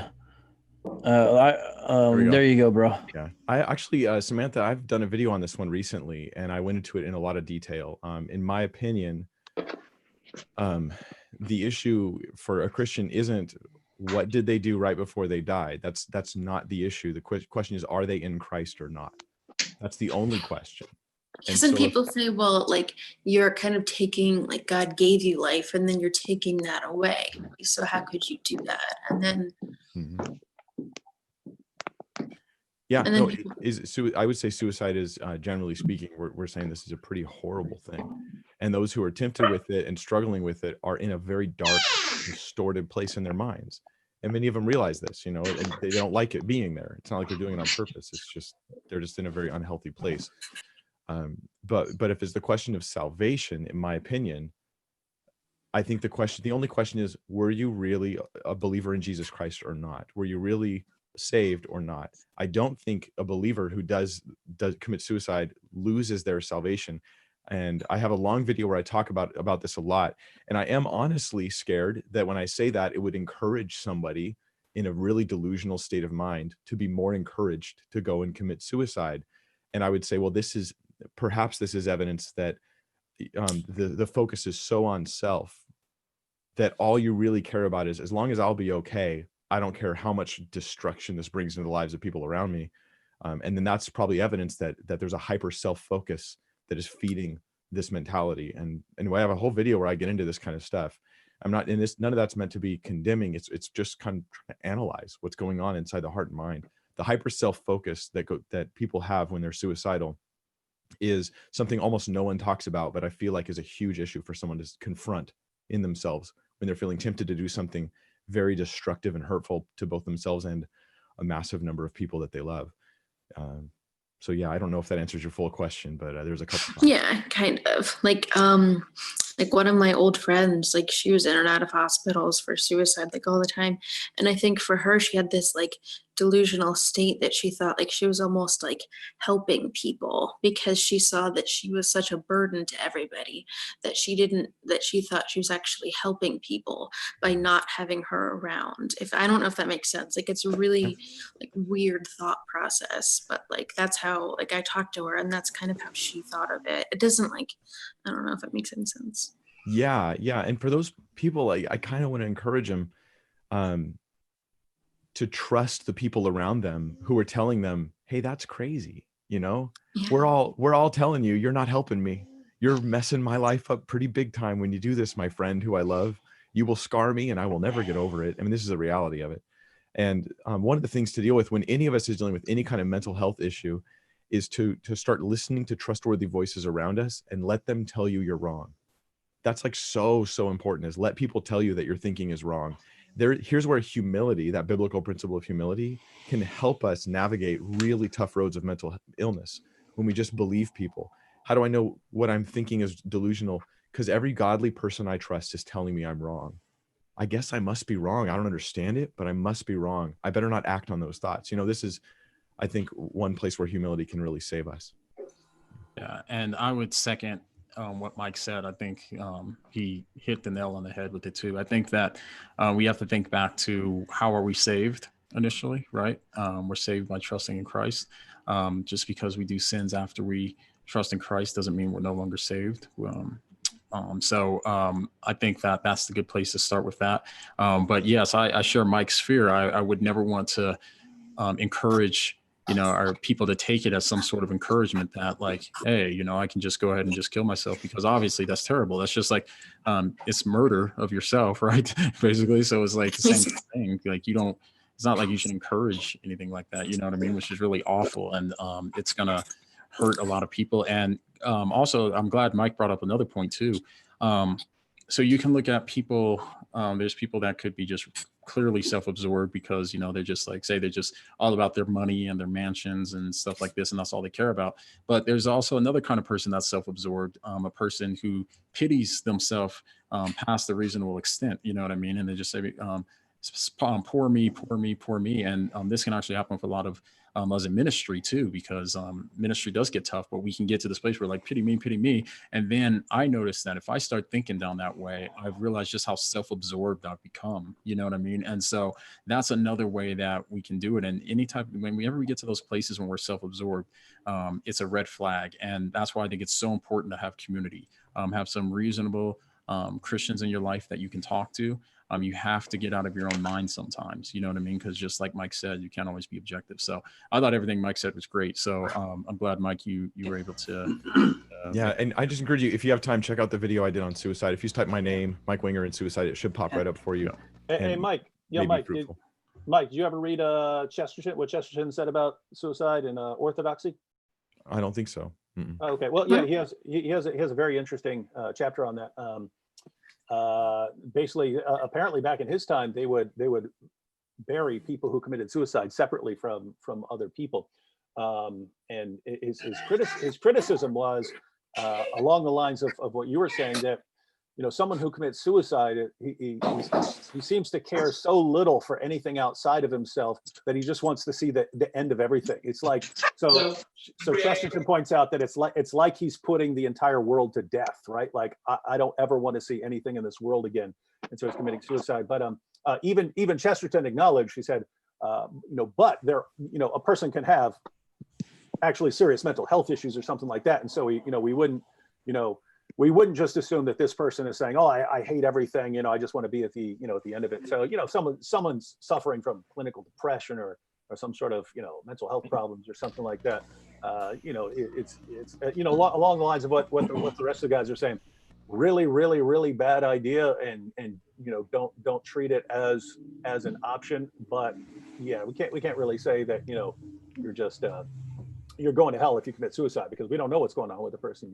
We don't know if the person's actually saved or not, or what's going on in the person's head, or if this person has a chemical imbalance or something like that. And so so we should discourage it in every way possible, but at the end of the day, I don't think we can say this person's just doomed or something. Good. And just so you guys know too, Samantha, Sarah Punt, I think it was Sarah, I'm sorry, or Wonder Woman. Our mods are doing awesome, by the way. Thank you guys so much. But they put it down in the chat for you, the link to Mike's video, if you do want to follow it there. Sean, go ahead, bro. Hey, real quick, John, you definitely want to give a shout out to Theosis Redneck. Merry Christmas, everyone. $50 super chat, bro. Thank you very much. Appreciate it. Thank you very much. Thank you. And I thought I saw another one come in too, as a super sticker. Yes, yes, here it is. It's from Guy Young Hawking. I think, yeah. Thank you very much for the super chat. Appreciate it. Thank you. All right. Go ahead. Is that all right if I weigh in on that a little, John? Yeah, go ahead, Sean. Thanks, brother. So a couple of things on this, Samantha. Being a veteran, I came back from Afghanistan, Iraq experience, and have a lot of friends that have dealt with this, and had several that have taken their own lives. I realize this is more of a pragmatic answer, but one thing as Christians, don't be afraid either to get help if you're going through it, because obviously, as David quite rightly pointed out, there are many different reasons why this could occur. In a chemical imbalance or somebody is clinically depressed, it almost doesn't matter what we say. So first thing is try to recommend they get that help. If you need, if anyone in here is experiencing that and needs to know how to do that, where to turn, you can email Whaddo You Meme at Gmail, and I'll give you information on that. And then secondly is, as Christians, we shouldn't feel guilty about having to ask for help. JP Moreland talks about this, about needing to use medication from time to time. And so we shouldn't feel guilty about that if we need help or counseling or whatever. And for whatever reason, we just can't get that at the church. That's okay. That's why God has given doctors intelligence and wisdom to be able to help us with these certain things. That's a bit more of a pragmatic answer, but I just wanted to throw that out there. So, could I make a quick comment on this, if that's okay? Yeah, Jacob. Yeah, I was like, is that you? It's all dark in there, but I can see you. Go ahead. Sorry. No, you're good. Yeah. You're good. No worries. I'm not a veteran, but my family are. But I've also got a rare form of PTSD, which is called complexed PTSD. And so with this suicidal business, I never really thought of it, because I just thought, Jesus, in my opinion, look at Job. Job was rewarded in the end of all his suffering. Moses eventually got to the promised land after all his problems, and also Jeremiah. Is it Jeremiah in Lamentations as well? Mike, it's Jeremiah, isn't it, in the book of Lamentations? And they went to the promised land. He wrote Lamentations. Yeah. And also Jesus could come at any moment, like even after. I mean, he could just come in as soon as the live stream ends and we all go to bed. He could come. So there's never any. So for me, even though the anxiety can sometimes be horrendous, I just know that it's eventually all going to go, isn't it? Because Jesus can come at any time, and every single person who's suffered under Christianity is eventually got to the got their reward from God. So that's why I think, you know, anyone listening to this, you know, never ever lose hope, because I know people mainly focus on the New Testament, but if you look at the Old Testament, there's so much stories of perseverance and triumphs and tribulations. It's unbelievable. And so I mean, if there's anyone going through it again, don't be afraid to ask for help. I know how hard it is. Everyone, loads of people know. I mean, David Wood was in, you know, when he was with Randy in jail, I'm pretty sure he must have seen some people who got upset in jail and things like that. And so, you know, I suppose it's not, you just got to keep going and know that Jesus will always come. He will come. And when he comes, every single tongue will confess that he is Lord. So could you imagine all the nasty people who's ever lived bowing down to Jesus, saying, "You're Lord"? All right. All right. Thanks. Cool. Do we want to do you have any more questions, or also do you want to hear anything more, John, from JMD or Jonathan? I don't know if they. Yeah, real quick. So what I want to say, if you guys are just kind of getting into the chat, so we'll do this. We're only going to go a little bit longer. We're going to start wrapping up here soon. If you just jumped into the live stream, you're not sure what's going on. For new Patreons, they have access to hop on here and talk with us. So new Patreon. So if you guys do want to hop on the Patreon, last chance to hop in, and we will just go for a little bit longer, and we're going to wrap up here shortly. So JMD, what's up, brother, man?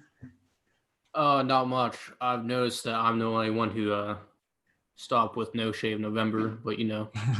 Oh yeah, the rest of us are pretty bearded, huh?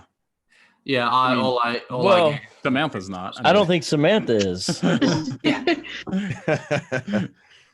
But she didn't shave her face in November, though. So not in all November. She took part. She took part in the holiday. This is why no females wanted to come in this live thing. JMD, anything you want to ask? Yeah, I'm going to go off a deep end here. Oh, great. Uh-oh. Yeah, so mute him. What are your guys' thoughts on the ontological argument, and should it be utilized more? Wait, what is that? Like, I don't know what that is. It's actually a collection of arguments. So are you thinking of a particular version, like Anselm's or Plantinga's or? Plantinga's is better than Anselm's, but I like Descartes'. I'll just give a quick comment on it. Someone could summarize Plantinga's argument so that everybody can follow along with the discussion. Okay, so let me grab my philosophy book so I don't misquote the premises. But basically, the arguments in Anselm's, or actually Plantinga's. Do you guys know the premises in Plantinga's argument? It's a bit complicated. It's a little longer, isn't it? Yeah, 7. No, I don't. Yeah, it's like 8. That's what I'm saying. I can't remember. Yeah, David's got a pretty good handle on being able to describe complex things pretty fast and basic. I don't know. We don't need all the premises. Maybe just a summary of the. David's pretty good at that. I'll just give people the basic idea of what various versions of the ontological arguments are. If we want to look at specific premises of a particular version, we can do that. But basically, the common thread of ontological arguments is that they try to move from our idea of something to that something actually existing in the world. So if you go back to Anselm, the idea was that we have a concept, we have an idea of a being than which a greater cannot be conceived, as he put it. In other words, you can't conceive of anything that is greater than the concept of God. So he points out that this is a very unique sort of idea, because when atheists respond to this argument, they'll go, "Oh, I'll just imagine a perfect unicorn, and that perfect unicorn must exist because it's perfect," or something like that. And they're kind of, I'm not defending the argument, but that's not a great objection to it. The idea of Anselm's argument was a being that exists in reality would be greater than a being that only existed in the mind and didn't exist in reality. So therefore, if we have the idea of a greatest possible being, then that being would have to exist in reality, but just by the concept. So anyway, that version is usually frowned upon by philosophers, but people have come up with some more sophisticated versions of the argument, like Plantinga's version, where if you want to say, hey, I'm rejecting the conclusion, the argument is valid, and valid just means that the conclusion does follow from the premises. If you lay out the premises, the conclusion definitely follows from the premises that are laid out.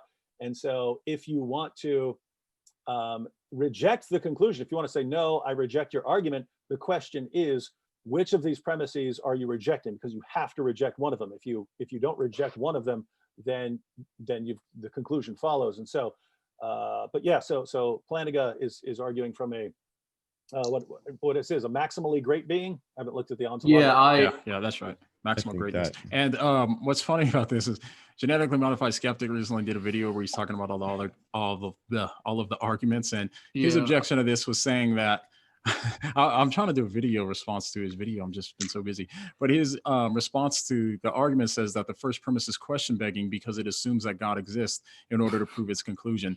And that just shows he's literally never read a single thing on the argument to even see how that premise is justified. Or how deductive reasoning works.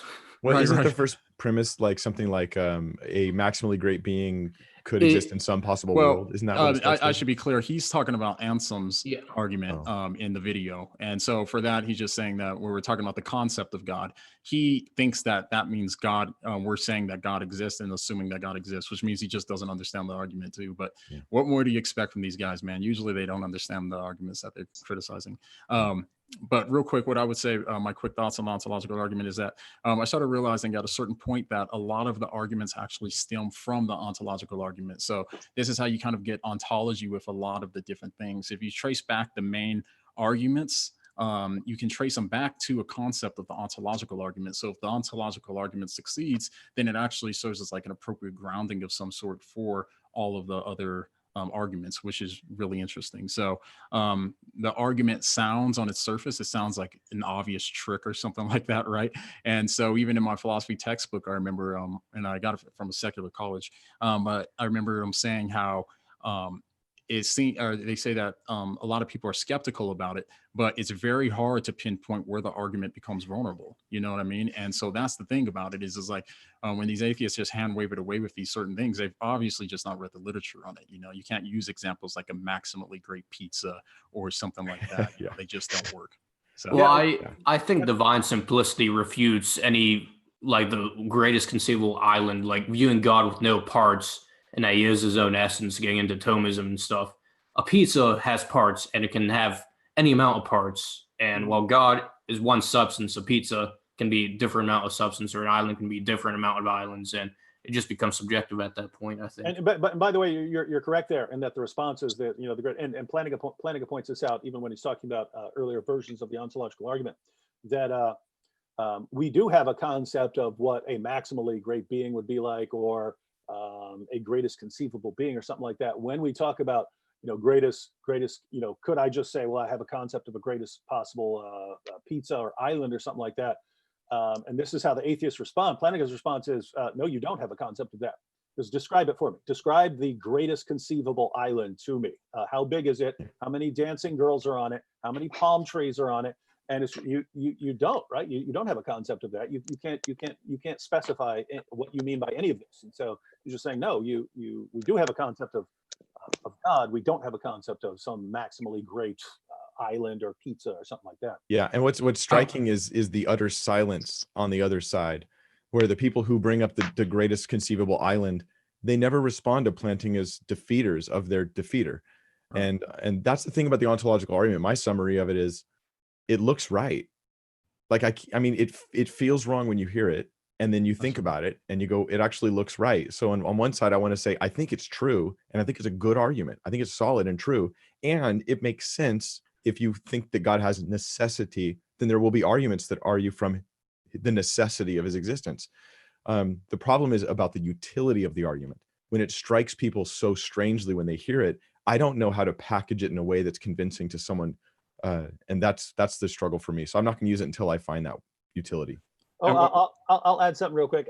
Years ago, I came up with what I called BOA, the Bayesian ontological argument, which isn't an ontological argument in the classical sense, but it proceeds along Bayesian lines using what's called the likelihood principle. And it basically argued that the probability of God existing, given our concept of God, is well. I go along the lines of, where do we get our concept of God? It sort of doesn't fit anything around us. We normally get our concepts by looking around us and formulating concepts, and then we can kind of abstract from those and so on. But on the one hand, where do you get this idea of, an immaterial, perfect being, perfect in power, perfect in all these other ways?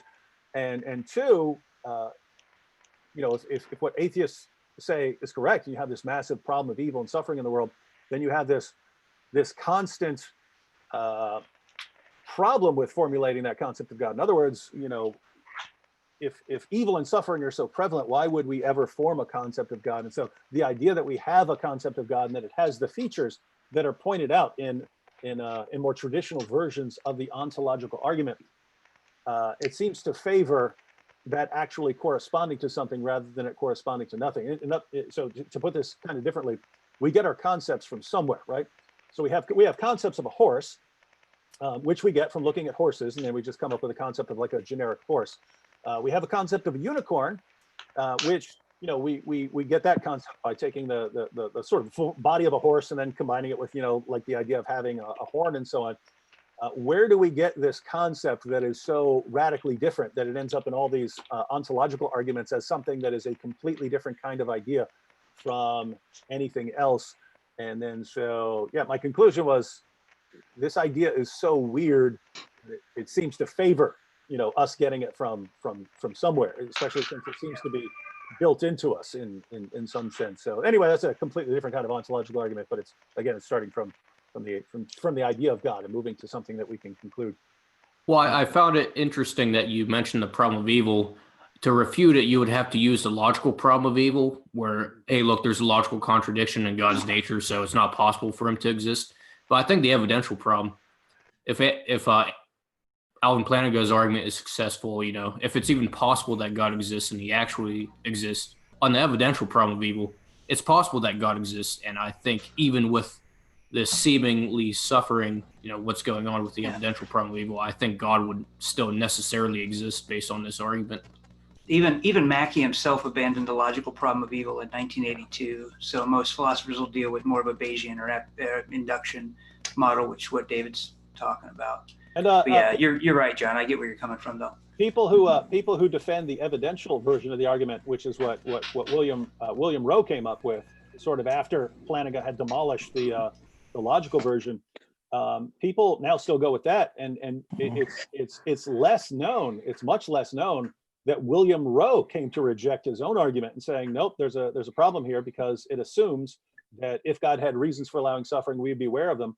And there's just no defense for that. There's no way to defend the idea that if God has knowledge about why he's doing things, then we would have access to that knowledge. There's no basis for defending that. And so even Rowe came to adopt a Bayesian argument from evil. And so that's the direction that things were sort of left in. William Rowe and Paul Draper and basically the main defenders of the argument from evil, acknowledging that earlier versions of the argument, which are still used on atheist websites everywhere, have all failed, and that the only thing that might work is a new Bayesian form of the argument. Yeah, and Trent Doherty's responded to Draper's too, by the way, just anyway. Well, I was saying that I think the ontological argument is a logical deduction against the evidential problem of evil, because God is still necessary if it's possible that he exists. That'd be my argument, at least. Hey, real quick, John, sorry. I got to go in about 5 minutes because I'm actually doing a premiere on my little old channel. Oh, snap. The video that Wood edited of you, me, Anthony, Mike's featured in an IP Sam Sharoon. I'm premiering on my channel. Dope. In about we'll 5 wrap minutes up here in 5 minutes anyway, and then everybody can note over your channel. Yeah, if you guys haven't seen that, I'll drop the link. You definitely should watch it, and it's fun to watch it with an audience too. It's a really fun video. It sounds good. Good apologetics fun. Real quick, guys. Wood did a good job. Good, yeah, good deal. Hey, real quick, just a shout out to the super chats just came in. Converse Contender, thank you very much for super chat. Appreciate it. So keep up the good work. And then I thought there was another one. There it is. Here it is. Kathy Martin, thank you very much for the super chat. Says, started watching David Wood first, and from there, 5 out of 6 of you. That's awesome. You sincerely have been a blessing to me. What is the best way to support you? Thank you very much, Kathy, for the super chat. And I'm assuming she knows all 5 of us besides Sean Hurst. Get to know Sean Hurst. These believing thinkers, I'm assuming. Anyways, best way to support is definitely on Patreon. I'm trying to move over there so that way I can go full time. So I'm trying to shoot for that, trying to be full time here within the next month or 2. So please do support on Patreon if you would like. To support the rest of the guys, I think everybody here has patrons besides Mike Winger, right? Yeah, I just have my website, BibleThinker.org, and then people can support that way. What a loser. But this ain't about me, John. This is about God. 2 years anniversary. Your channel's growing really fast. You're doing really good, man. And I hope you get fully funded. Kathy, I think we would all agree right here. If you want to support anyone, support John right now and sign up as a patron on his site. And just know that if you're supporting any one of us, like if you're supporting John right now, you're kind of supporting all of us because we're building a network. You know what I mean? So I think we would all love to see John go full time. So if everyone wants to jump on and subscribe to John, become a patron of John, that helps everyone, because it helps everyone if we've got another guy going full time on internet apologetics. Yeah. Appreciate that. Guys. Thank you. I second that emotion. No, yeah. Appreciate it. No, really appreciate it, guys. Thanks. So, guys, we're gonna wrap up here. Thank you everybody for coming and tagging along. Vocab is gonna throw a link in the description to his video that's gonna be premiering here in 4 minutes. So he'll throw that in the chat for you guys, so you guys can hop over there if you want to watch the video. And I think it's with some road trip footage from me, Vocab, Anthony. Right? We're all in it. Yeah, that's right. So so anyways, guys, thank you. It's been an awesome 2 years. It's been great, and so it's been really good to get to know a lot of you guys and to see you guys here. So just keep the ministry in prayer that the Lord will continue to use it to reach people all around the world with his gospel. And all of you guys that came on here, Sean Hurst, Believing Thinkers, Mike Winger from Mike Winger, David from Acts 17 Apologetics, Vocab Malone from Vocab Malone, and then we had Inspiring Philosophy, our Michael Jones from Inspiring Philosophy, who just logged off. All of you guys that have your ministries and stuff, thank you guys for coming on here to join me. And thanks to you guys that joined this live stream as well, JMD, Jonathan, Jacob, and Samantha. Thank you guys so much for being patrons as well. It's been awesome. So it's been a long day here where I've been live pretty much all day. So anyways, gonna get some rest, but thank you guys so much. Appreciate it. Any last words for you guys up here from Wood and Winger and Vocab and Sean? Anything you guys want to say? Oh, thanks for joining us here on this 2-year anniversary. Yeah. And we look forward to the 3-year anniversary. Yeah. There's only one thing left to say. What's that? What do you mean? What do you mean? There we go. All right, guys. Thanks again, guys. We are out. So love you guys. Good night. Yeah, thank you. God bless. Yeah. Let me say something real quick. Sorry. Oh yeah. If you're watching this and you're like thinking you want to help have an influence and impact for the Lord, not for your ego and for you to have followers and subscribers, but for Christ, and you want to do it on YouTube, start now. Be patient. It takes a lot of time. It takes hundreds and thousands of hours of labor to put it into it. But now is a great time to get started, because we are going to see a network of Christian YouTube channels really growing and having an impact. And we'd love to have you join us if you have a special skill or angle you can take to have an impact for the Lord. Absolutely. That's right. All right, everyone. Good night. Good night. Thank you. Right. Good night. All right, guys, we good? Well, so John, I'm gonna hit end meeting and we'll click off, but I don't know if that ends your live stream on YouTube. Yeah. We'll have to check, but I'm gonna hit end meeting right now. Okay. Yep. All right. Sounds good. All right, here it goes. It's good to meet everybody. Thanks for supporting John. All right. Good night, guys. God bless. All right. Appreciate it, guys. What do you mean?